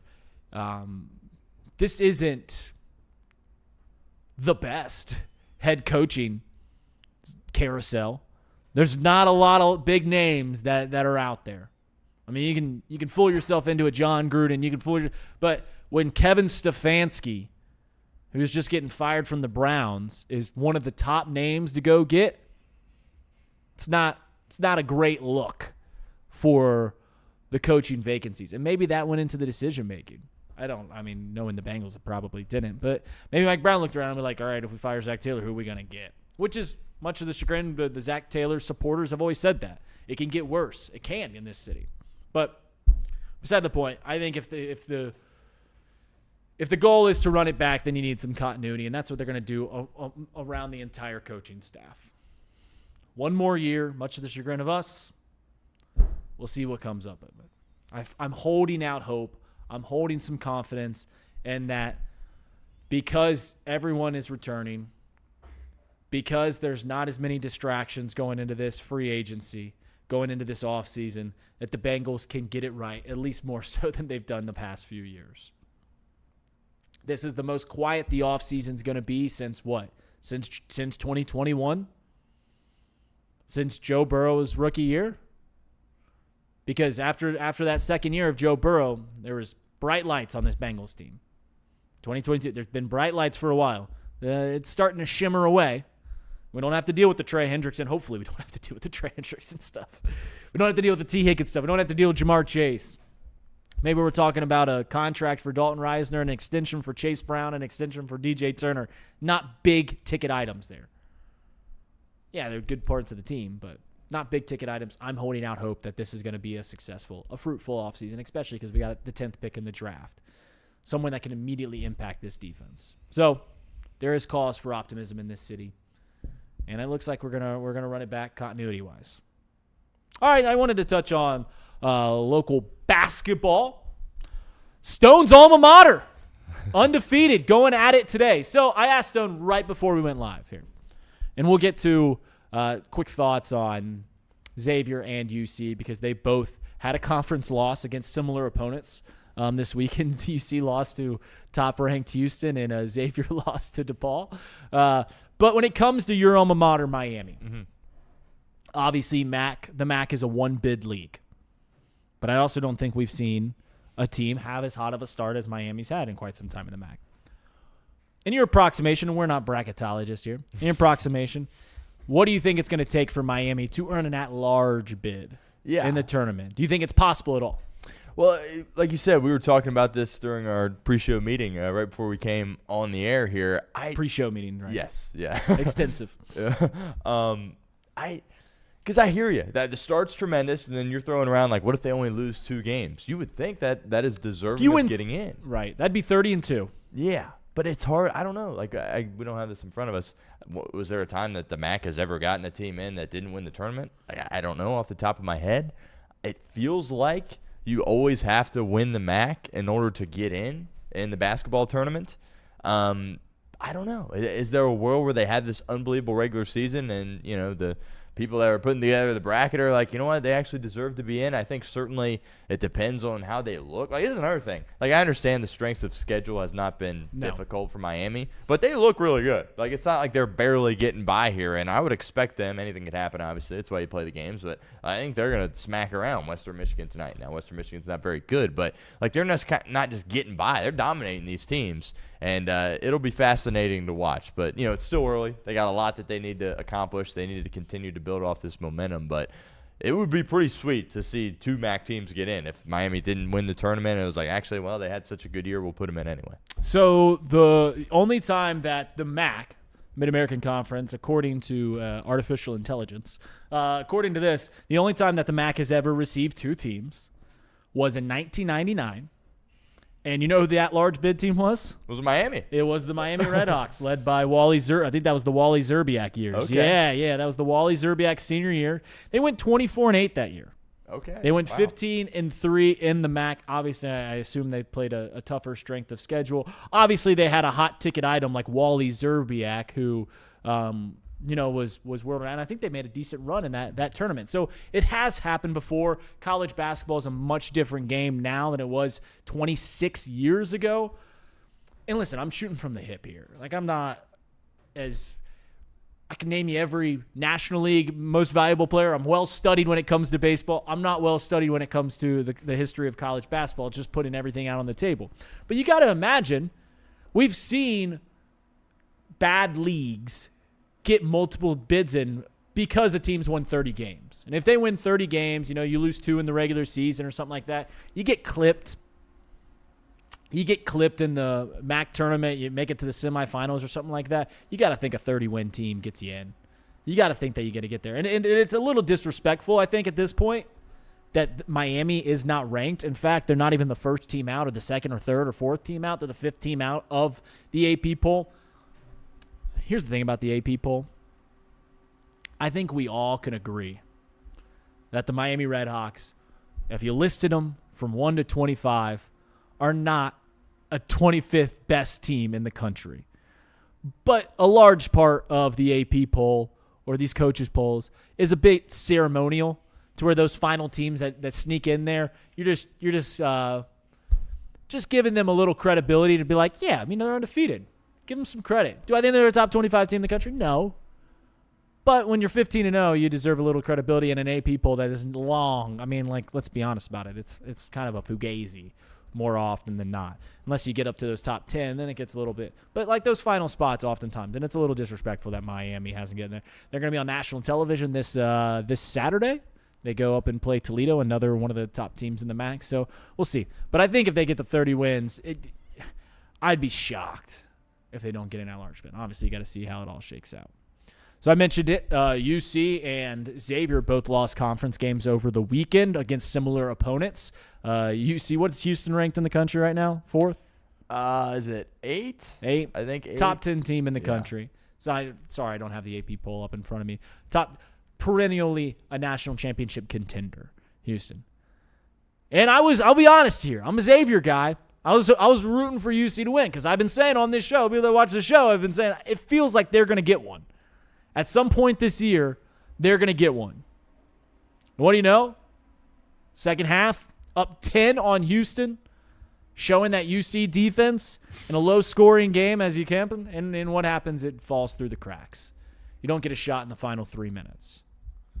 Which, not to bag on my boy, but it feels like every single close game they play, there's another reason to blame Wes Miller for poor coaching. Every single game they play, there's another like, why? How do you not get a shot off? Tie game, 3 minutes to play. You don't get a shot off? You don't get a single field goal attempt? Yeah, they went up for 2 free throws, missed them both. It feels time and time again that this UC team is just poorly coached. I do still hold the thought that they're gonna go get one of these top 10 teams in the country. You know, they'll beat. I know they're not a top 10 team in the country right now, but they'll beat Kansas, like they'll get a marquee win this year. But it's just not going to be consistent enough to really make any noise. And as for our Xavier Musketeers, we mentioned they played a similar opponent, the DePaul Blue Devils. Really, if you stack up a loss to Houston and a loss to DePaul, they're about the same. And I'll say this about our Xavier Musketeers. Got a good win against Georgetown. I don't know how many wins we're going to get in the Big East. I don't know how many wins we're going to get in the Big East. And I'll say this also. I'll say this live on air I tried my first ever Muskie Lager when I went down to the game last week. We might need to work on that recipe as well.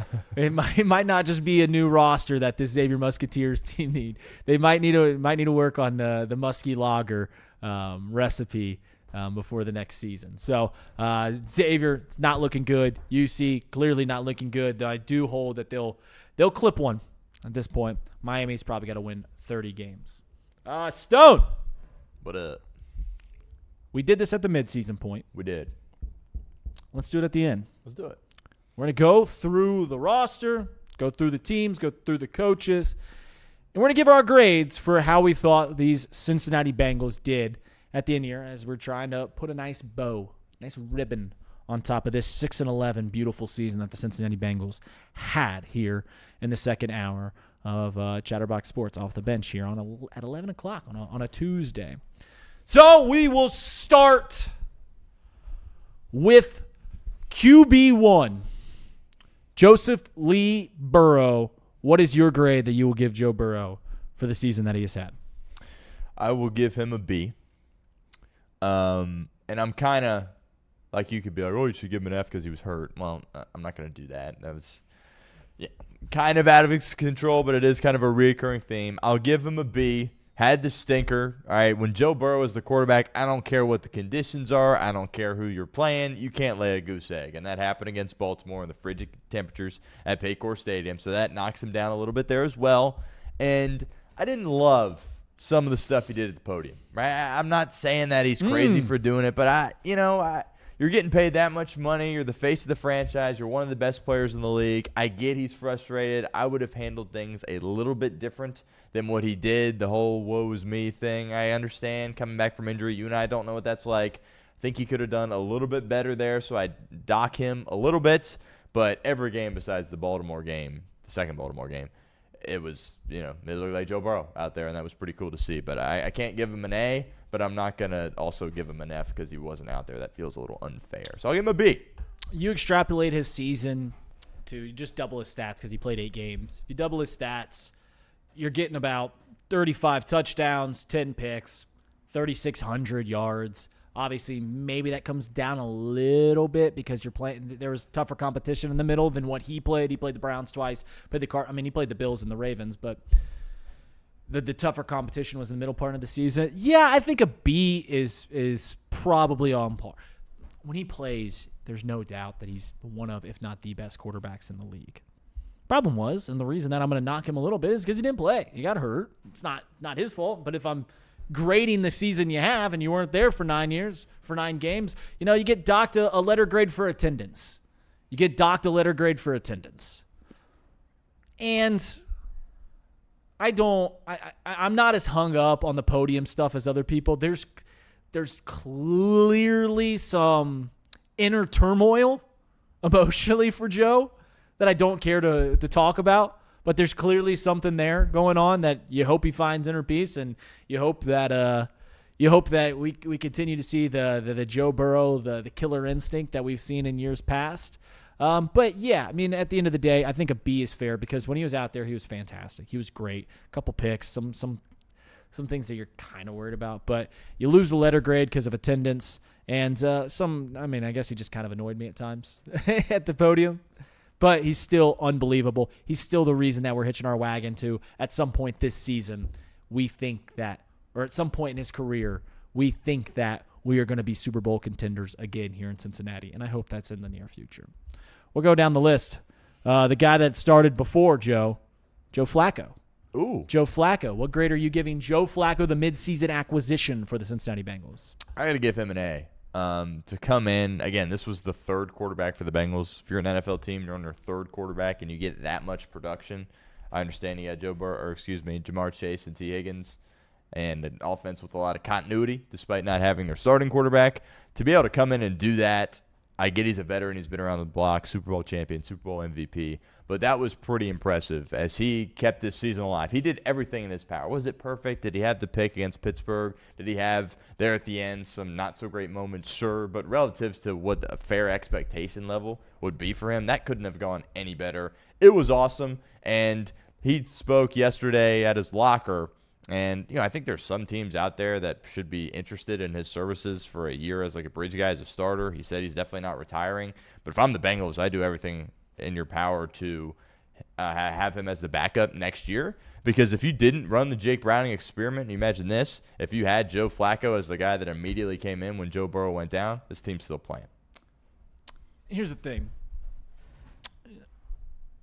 I think we got kind of caught up in the Joe Flacco hysteria of what happened. I think we kind of got, because, he was slinging it, and it was awesome for a second. He's a easy mid-season trade, 40 years old, and his second game beats Pittsburgh on Thursday Night Football. It's easy to get wrapped up in that, but yes, for that exact reason, you give him an A-.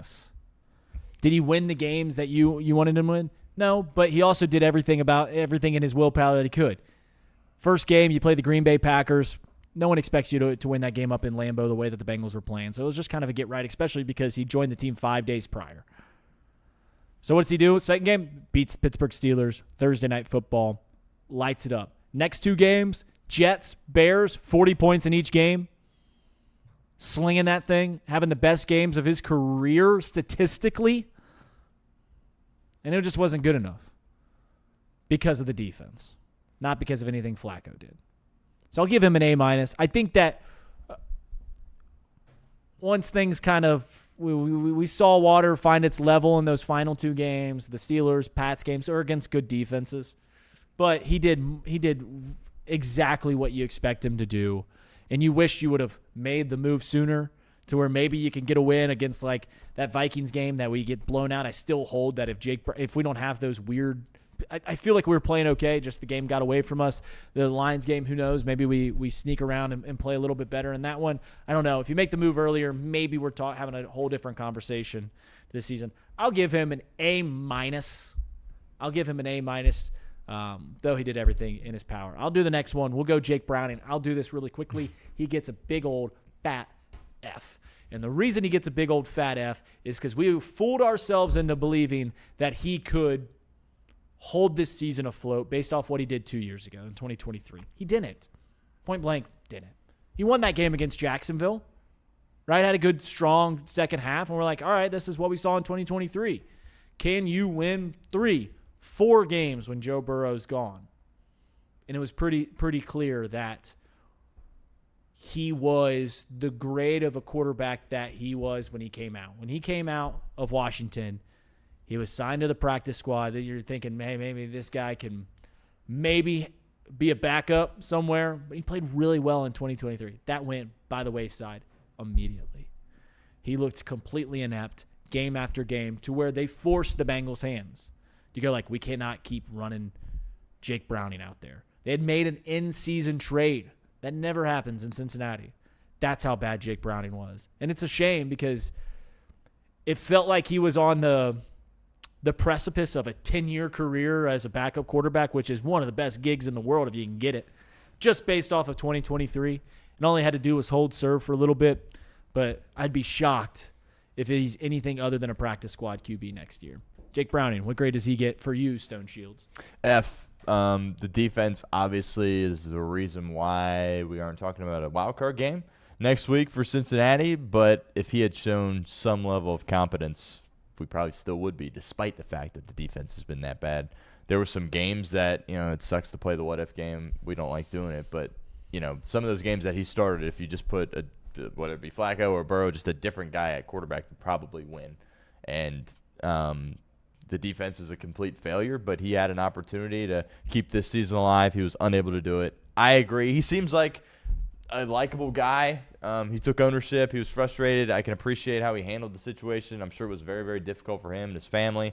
But, yeah, it's hard to imagine any team wanting him to be their backup. Like, he's just kind of trying to stay alive on a practice squad going forward. Yeah, I was going to say the only place that – he could maybe – I don't know how he's regarded across the league. I was going to say – other than being like the practice squad guy here, he cannot be our backup next year. He can't. He just simply can't. Maybe one of these bad teams will convince themselves based off of what he did in 2023, where he did make a little bit of a name for himself, but it just got so bad that maybe he's got one more run in the sun as a backup and like to Vegas or Arizona or something along those lines, Tennessee. But if they have him start again, they'll soon figure out, all right, this guy isn't him. All right, I forget what I gave Chase Brown at the midterm, and that's where we'll go next, the running back. And I'm literally just going down the stats. So we're going to go offense, then defense, and flip it over. Chase Brown, I think I gave him a mediocre grade at the midseason, but here we are at the end of the year. 1,000 yards, first 1,000-yard season of his career. Almost 1,500 yards all-purpose. 11 touchdowns as the running back one that's, on an offense that wasn't firing on all cylinders at the midpoint because of guys like Jake Browning. I'll give Chase Brown an A. He has been everything that you could have asked for when you drafted him in the 4th round and has the potential replacement for Joe Mixon, and he's been a little bit more. You wish he could get a little bit better at pass blocking, but, if that's the one deficiency in his game, then so be it. So be it. If we continue to get 1,500 yards a season out of Chase Brown, you feel not concerned about an extension whatsoever. I give Chase Brown an A. Stone? Absolutely. Guy's a stud. Clearly, without Burrow, it wasn't as good, but, that's how it is. When Joe Burrow's out there, I don't care what position you play. I don't care if you play right guard. It probably looks a little bit better when he's out there. And he's got all you could want in a running back. He's got the juice. He's got the speed. He's gotten better at pass protection. I understand, maybe we would like it to be a little bit better, but when you have a third down back like P. Ryan, it doesn't really need to be. Great out of the backfield. His hands have certainly improved as he's gone on. He's not just a guy that is a twitchy guy that runs outside. He can run in between the tackles as well. He's physical. He's clearly got a great competitive spirit. He's a winning player. We've gone back and forth on whether or not they can afford to pay him a big-time contract going forward, but he's under contract for next year, and hopefully the Bengals can take advantage of it. Obviously an A. Samaje Perine, I will give – it's hard to grade a backup running back. I'll give him a B. He's an easy guy to root for. He scores – what is it? I'm looking at it right now. He scored 3 touchdowns this season, 4 touchdowns this season. About 400. He's the guy that, when it's 3rd and 1, you hope that he can lower his shoulder and get you that bully yard. I hope he comes back. I'm not gonna lose any sleep if we don't. I hope he comes back. I hope he's on this team next year because I really like the tandem that we have going on with Samaje Perine and Chase Brown right now. I really like. I'm just gonna give a spoiler. I really like a lot of this offense. I give Samaje Perine. There's not much more to say. I give him a solid B+. I go A on Samaje. I don't think it could have gone any better. Obviously he was great here when you went to the Super Bowl with Cincinnati, and then he bounced around a little bit the past few years, Denver, Kansas City, and you didn't know exactly what player you would get. The Bengals stink at evaluating defensive personnel, but other than Jermaine Burton, they do a nice job on offense, and they hit that one out of the park. I thought he filled his role perfectly. Burrow clearly loves him, and to your point, understands his role, right? He's not going to be an every down back, but when you need him to come in there on third down, get some tough yards in between the tackles, show that toughness that he has. I think he got really dinged up at times throughout the year. Didn't really cost him much availability. And from a pass pro perspective, he was tremendous as well. So I agree. It would be great to have him come back. At some point with a running back, he's probably going to fall off a cliff. But he was everything the Bengals could have possibly wanted. Overwhelming A for me. I'm going to dock him a letter grade just because he lost 2 fumbles. Okay, that's fair. Backup running back. You can't be losing the ball like that. Chase Brown did not lose a fumble this year. So when you're the backup running back, you can't be losing balls like that. How many did Noah Fant lose? What? How many did Noah Fant lose? 3. Oh, 3. Man, that's yeah. not good. Yeah. Well, you want to do Noah Fant right now? Noah Fant. F. You cannot be like our 5th tight end. You cannot be like the 9th guy that we throw the ball to, and you lose 3 balls that go in return for a touchdown. Noah Fant, big fat F. You giving Fant with a capital F? I am, yes. F, not good. All right. Scooping scores.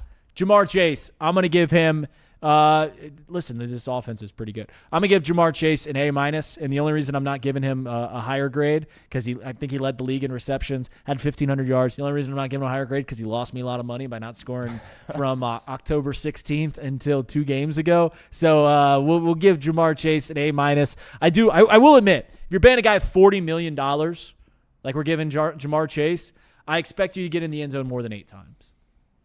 It's more than half the season he was getting balls thrown to him by Joe Flacco and Jake Browning, so I understand it. But you're paying him $40 million. I need to see double-digit touchdowns. A-, still fantastic. I think he's going to be the greatest Bengal ever when it's all said and done. But I need at least 10 touchdowns. I don't think I'm being too critical by saying if you're paying a guy $40 million, I need double-digit touchdowns. Fair, but I'm still going to give him an A. I think obviously if you don't have that Jake Browning run and it's more Joe Burrow, he eclipses that mark, but he's the best in the game, no question in my opinion. Credit to him, he had more of a different leadership role this year, had his press conference that he would do each and every week. People were making a lot of what he said after the finale against Cleveland about kind of the trust in the coaching staff, and he was like, well, I got trust in myself, and I got trust in them giving me an opportunity to get open. I'm not reading too much into that. I think Jamar's just sick of dealing with the media. Right, again, this is his first year that he's had to deal with the media to the extent in which he did, and I think he was just over it. I was a little bit worried because Jamar clearly hates losing, and I was worried he might snap a little bit. At some point this year, there was some moments where he towed that line, but he never fully snapped. I appreciate that from him. He's unbelievable, all the things he can do. You saw with the competent backup in Joe Flacco, the production he was still able to have. He's the best there is, and the Bengals better turn it into a Super Bowl before it's too late. T. Higgins, I am actually going to give T. Higgins an A+ because I think T. Higgins – I think the pair of Jamar Chase and T. Higgins work so well because they complement each other with different talents. The fact that T. Higgins is a guy that you can just toss the ball up to and he's going to go and get it, I think he does that better than anybody in the league, potentially better than anybody in the league. He didn't get 1,000-yard receiving this year, but still gets in the end zone 11 times. T. Higgins plays 15 games, doesn't get the full season. I'm going to give him, but this way, if he gives you 1,000 yards and double-digit touchdowns, that contract that we were worried about, $28 million, that pays for itself. That's exactly what you want. I'm going to give T. Higgins an A+. I think you're going to probably dock him a little lower. I'll just go A. Yeah, I love T. Higgins. He's awesome. To your point, throw it up to him. He's going to come down with it. And, he's always been good since they drafted him, but he has gotten better each and every year, which has been really cool to see. He's clearly made it the right stuff. Clearly everybody loves him. He's clutch, too. You can go to him late in the fourth quarter on a third or fourth down. He's there to make a play. His hands are great. He's physical enough, too. At first, he wasn't really a physical receiver. Not as physical as Jamar, but he still can hang in there with those DBs. And, with T, 15, I'll take 15 games with T. He's not going to play the full 17. He's going to miss a game or two. That's okay. But I was really impressed with what he did this year. And that's what makes this so frustrating because we just went Jamar A. You were a little bit lower. We all had A for the 3 best players. And we're sitting here talking about offseason on January 8th. 6 and 11. 6. Yeah, they won 6 games. Which, like a big part of it, and that's why I docked Joe down to a B, is it's attendance, right? He wasn't there for 9 games, which is the big thing. It's not his fault. But it's the big thing about Joe. It's like we understand that if he's out there, we've got a pretty good shot of beating anybody on the field. Final guy I'll have from the offensive side is Andre Yoshivas. I'm going to give him a D.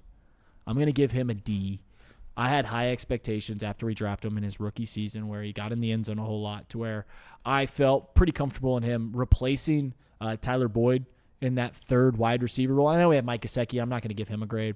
To kind of fills that void. But Andre Yoshivas has disappointed me because it feels like he has been unable to really grab the reins of that third wide receiver role, which, like I mentioned this many times, I don't have many questions when it comes to this offense. If you really want to nitpick on this offense, there probably needs to be a conversation about wide receiver 3.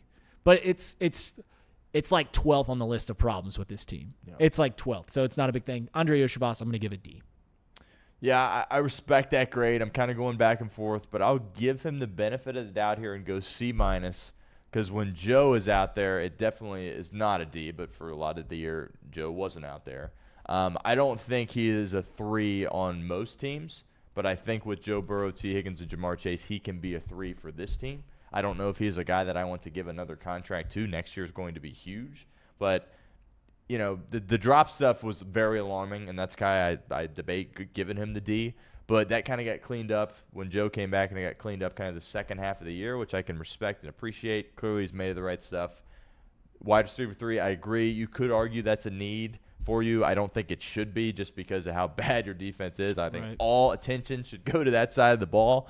And I'll give him a C- because I thought he ended the year on a high note. And with those guys out there, he's not going to be asked to do too much. I think he does the little things right. He's a good blocker.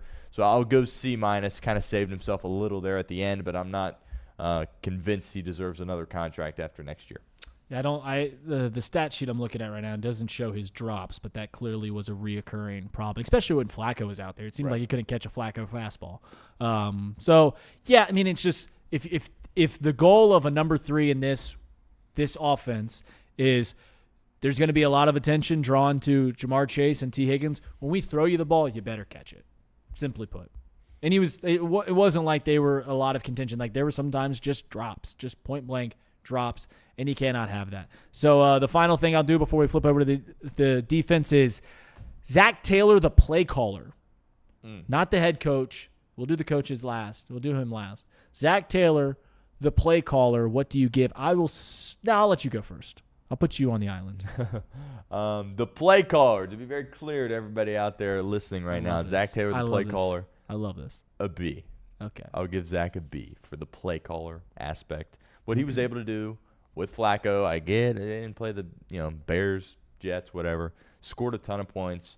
Offense obviously wasn't as good when no Joe Burrow was there, but when you put a competent guy at the quarterback position, i.e. remove Jake Browning from the equation, the offense was humming.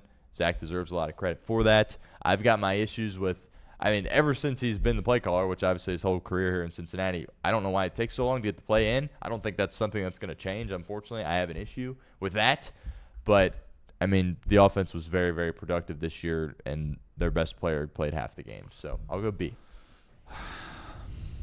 I defend Zac Taylor as a play caller a lot.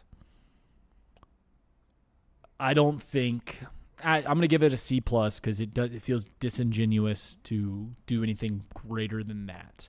Obviously, when Flacco, that 3-4 game stretch with Flacco was amazing. Obviously, the final few weeks with Joe Burrow was amazing.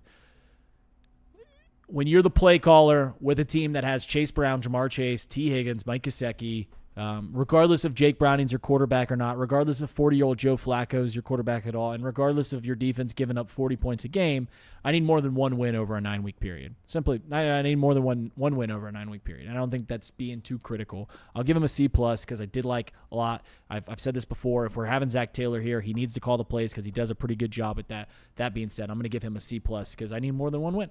I need more than one win, which that's a spoiler alert when we grade Zac Taylor as the head coach later on. We'll go to the defensive side. We'll start on the defensive line. Trey Hendrickson, F. Trey Hendrickson's an F.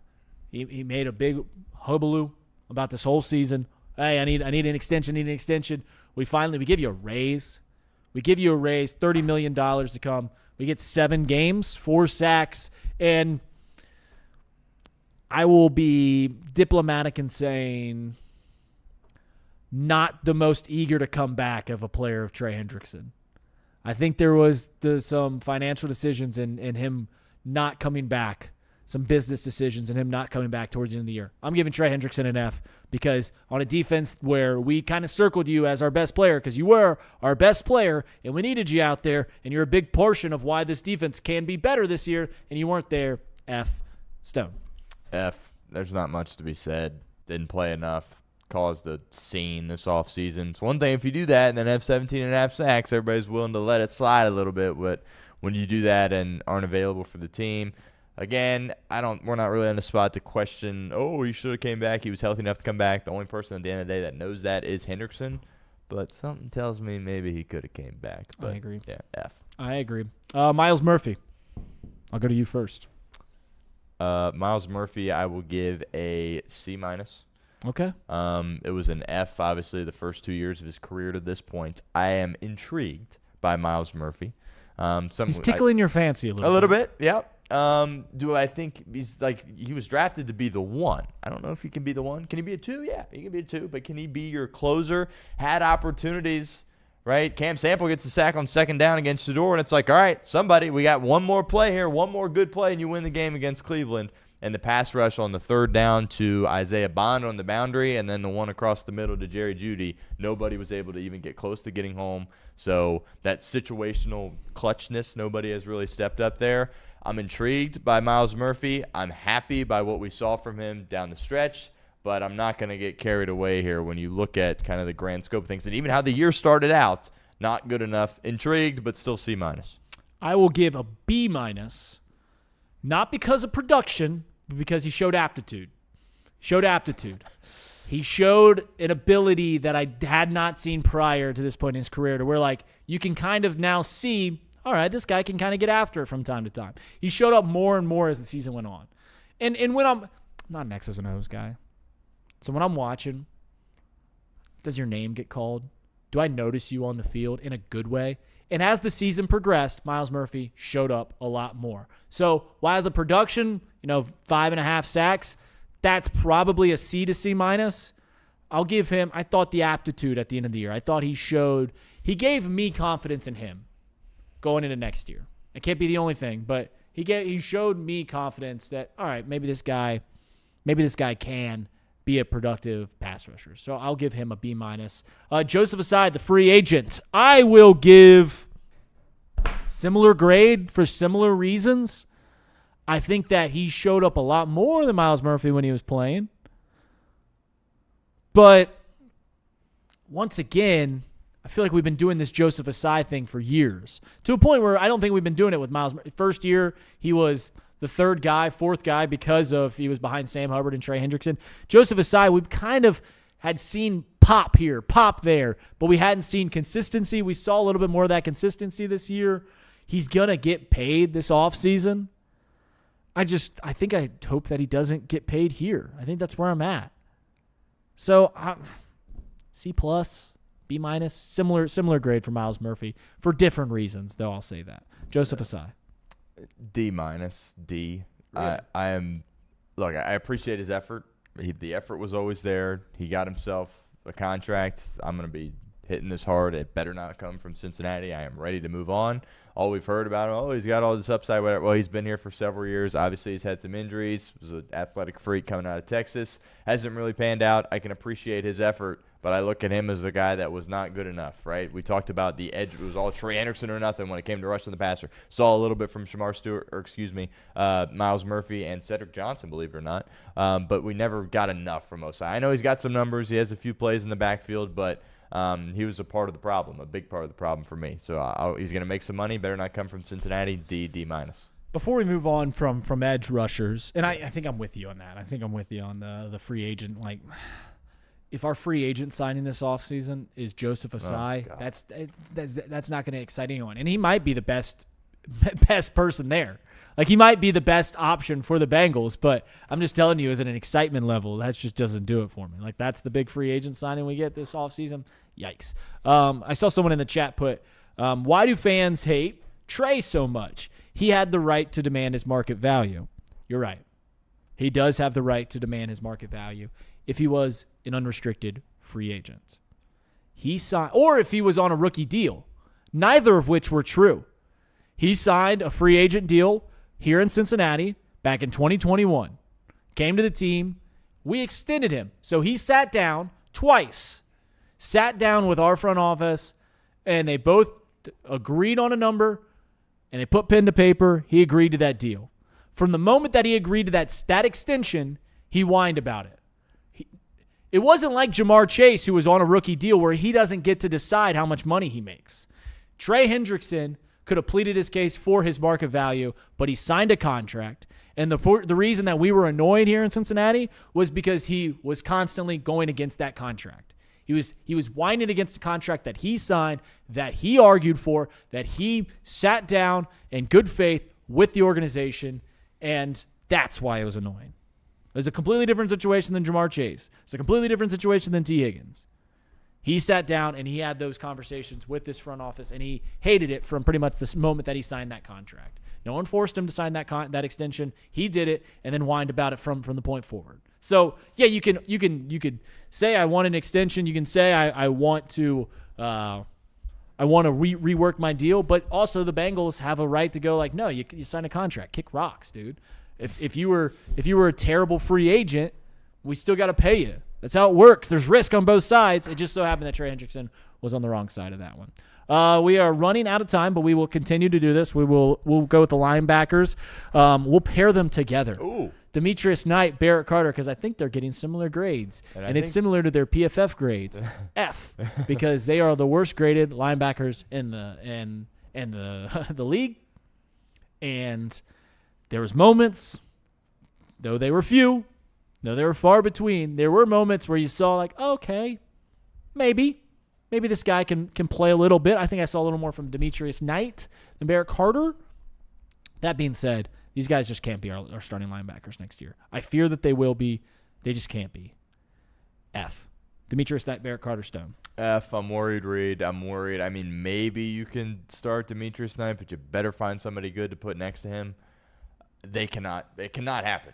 I don't care, how much they develop this. No, they cannot be the starters next year. And honestly, we'll get to Zach in a second, but the fact that he put two rookies out there as early as he did, that's not good. And he deserves a lot of flack for that. All right, yeah, it's very worrisome. It is very worrisome. All right, we will go to the safeties. I think we should do these differently, and I think we should do Geno Stone first because it's quick. F. God bless you, Geno Stone. I hope you get another chance in this league. I just hope it's not in Cincinnati and stripes. F minus if I can give you one. F. Yeah, can we do G or H or any other letter? Yeah, not G for Geno. G for Geno. Jordan Battle. D. Not. It's better than Geno. It was better than Geno. Still not nearly good enough. Still, just did. Yeah, it's a D because the production wasn't there, but it was better than Geno. So I guess that's why I'm giving you a one-letter grade better. D for Jordan Battle. I get the rationale, but I still got to go F. He has some turnovers, but they're always like early in the game or like when they have a lead and they don't really need one. Like maybe that's ridiculous that I'm nitpicking him for that, but the tackling wasn't good enough. Maybe it looks better if you pair him with somebody that's competent, but I don't know. They're going to start him next year. The organization likes him, and I've got my worries when it comes to that. I'm not as worried about him starting as the linebackers. Agreed. Is that fair? It is fair. Yes, okay. 100%. Okay. Yeah, I think that they clearly need to get a new safety in there, but like to where like they cannot have Demetrius Knight and Barrett Carter be the starters next year. As you mentioned, as I mentioned before, maybe one of them, maybe you can talk me into one of them, but they just simply cannot have both those guys. DJ Turner, I'm going to give him. Has anyone had a better year compared to where you thought they were than DJ Turner? I'm giving DJ Turner an A+, because coming into this year, no one was as high or would have expected the season that he had, and he did it anyways. So I'm giving him an A+ because no one has flipped the conversation around him in a positive manner quite like DJ Turner. I'm giving him a true A+. DJ Turner. I can't give anybody that was a part of this defense an A. I'll Fair. go B for DJ Fair. Turner. Intrigued. Definitely more reason to be intrigued than what you saw from Miles Murphy. Like, if there's one person to be the most excited about, I think we all can agree it's Juan Drago Turner. But this is also a guy that's been benched several times throughout his career here in Cincinnati. I kind of go back and forth. It feels like you need to commit to one of these defensive players for the long term just because you got to shore up somebody. He's probably the guy. Maybe I would go Dax over DJ. I give him credit. This defense, if he would have been getting benched again this year, like this thing could have gotten a heck of a lot worse. Right. But if you're out there on this defense, I can't give you an A. B. Then we'll go Dax Hill. Same. B. B. B for him. Same thing. Bengals picked up his fifth-year option, had the opportunity to extend him this offseason if they want to. I go back and forth on it. And also something else I was thinking of, like if you put Dax Hill or DJ Turner on like the Eagles or like a really good defense, I think it probably looks even better. The fact that they've been able to do what they have with as much ineptitude around them, I think speaks volumes. But again, B. Yeah, it's not like basketball where like if you're a bad team and you're the best scorer on a bad team, you can put up 20 a night and you can get like defense feeds off each other, right? Cornerbacks play better when there's a good pass rush. Vice versa. You can get more sacks if there's coverage sacks. So I'll say this. I'll give him a B. He didn't excite me as much as DJ Turner did, but he clearly showed me some really great things at the end of the year. Do we do Cam Taylor Britt? I mean, is there anything like he did? F. Yeah, I mean, F. he didn't play half the season. F. And when he was out there, wasn't good. Cam Taylor Britt. F. Al Golden. What is the grade that I will start? I think at the midterm I gave him a D-, if I recall right. Certainly wasn't good. I'll bump you up to a C- because you don't just get credit for the second half of the year, which I thought you played a lot better. And I thought that, and even though I believe that you were trying to win the Kentucky, as I said earlier, trying to win the Kentucky Derby with donkeys, even though that was the case, you're still the defensive coordinator for this defense, which was the worst in the league.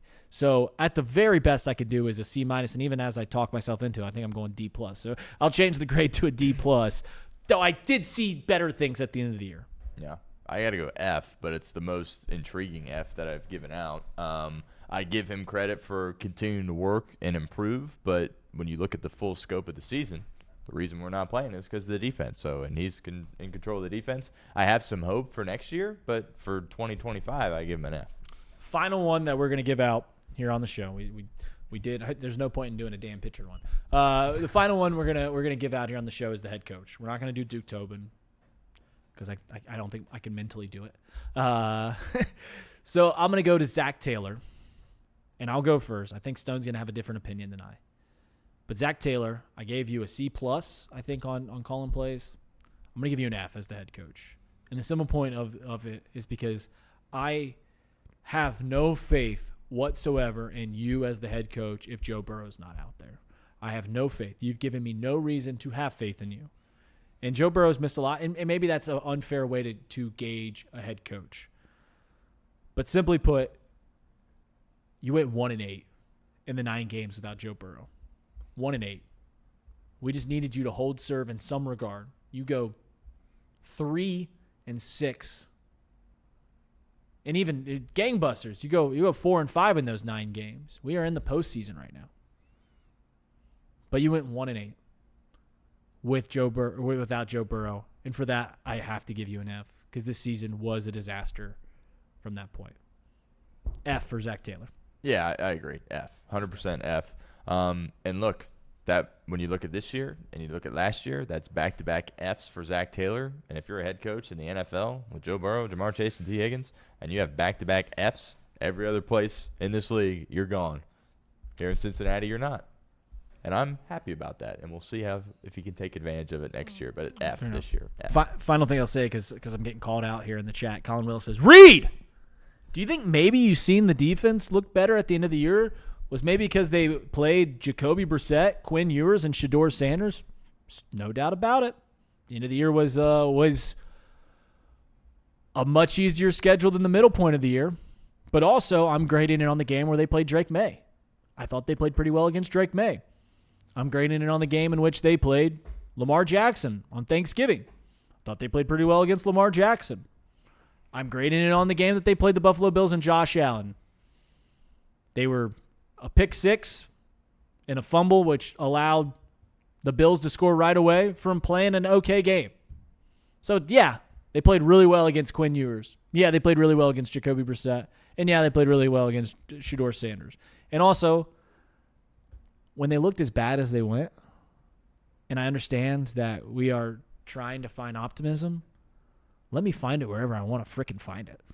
And if it's against a bad team, if it's against a bad offense, so be it. We saw that defense give up 40 points to the New York Jets, dude. So, yeah, it looked better because I saw what they did against the Jets. So that's why I think the defense looked better. And if you don't think the defense looked better, then I don't know. I don't know what to tell you. I don't know what to tell you. I also saw someone was getting on me for my take about Trey Hendrickson's not taking the organization side and the Trey Hendrickson dispute, stuff like that. I'm normally pro player, but Trey Hendrickson rubbed me the wrong way that entire time. He did. He signed contracts. And you have a right to plead your worth to extend it. And even if the Bengals said, "Hey, we'll take care of you next year," who cares? You signed a contract twice with the organization. You said, "I will play for 3 years for your organization under this amount of money," and you well outpaced your contract. But I can tell you right now that if you showed up for 17 games and $3 million or $30 million. And you get 3 sacks every year, you're not going to be asking. The Bengals aren't going to get a refund.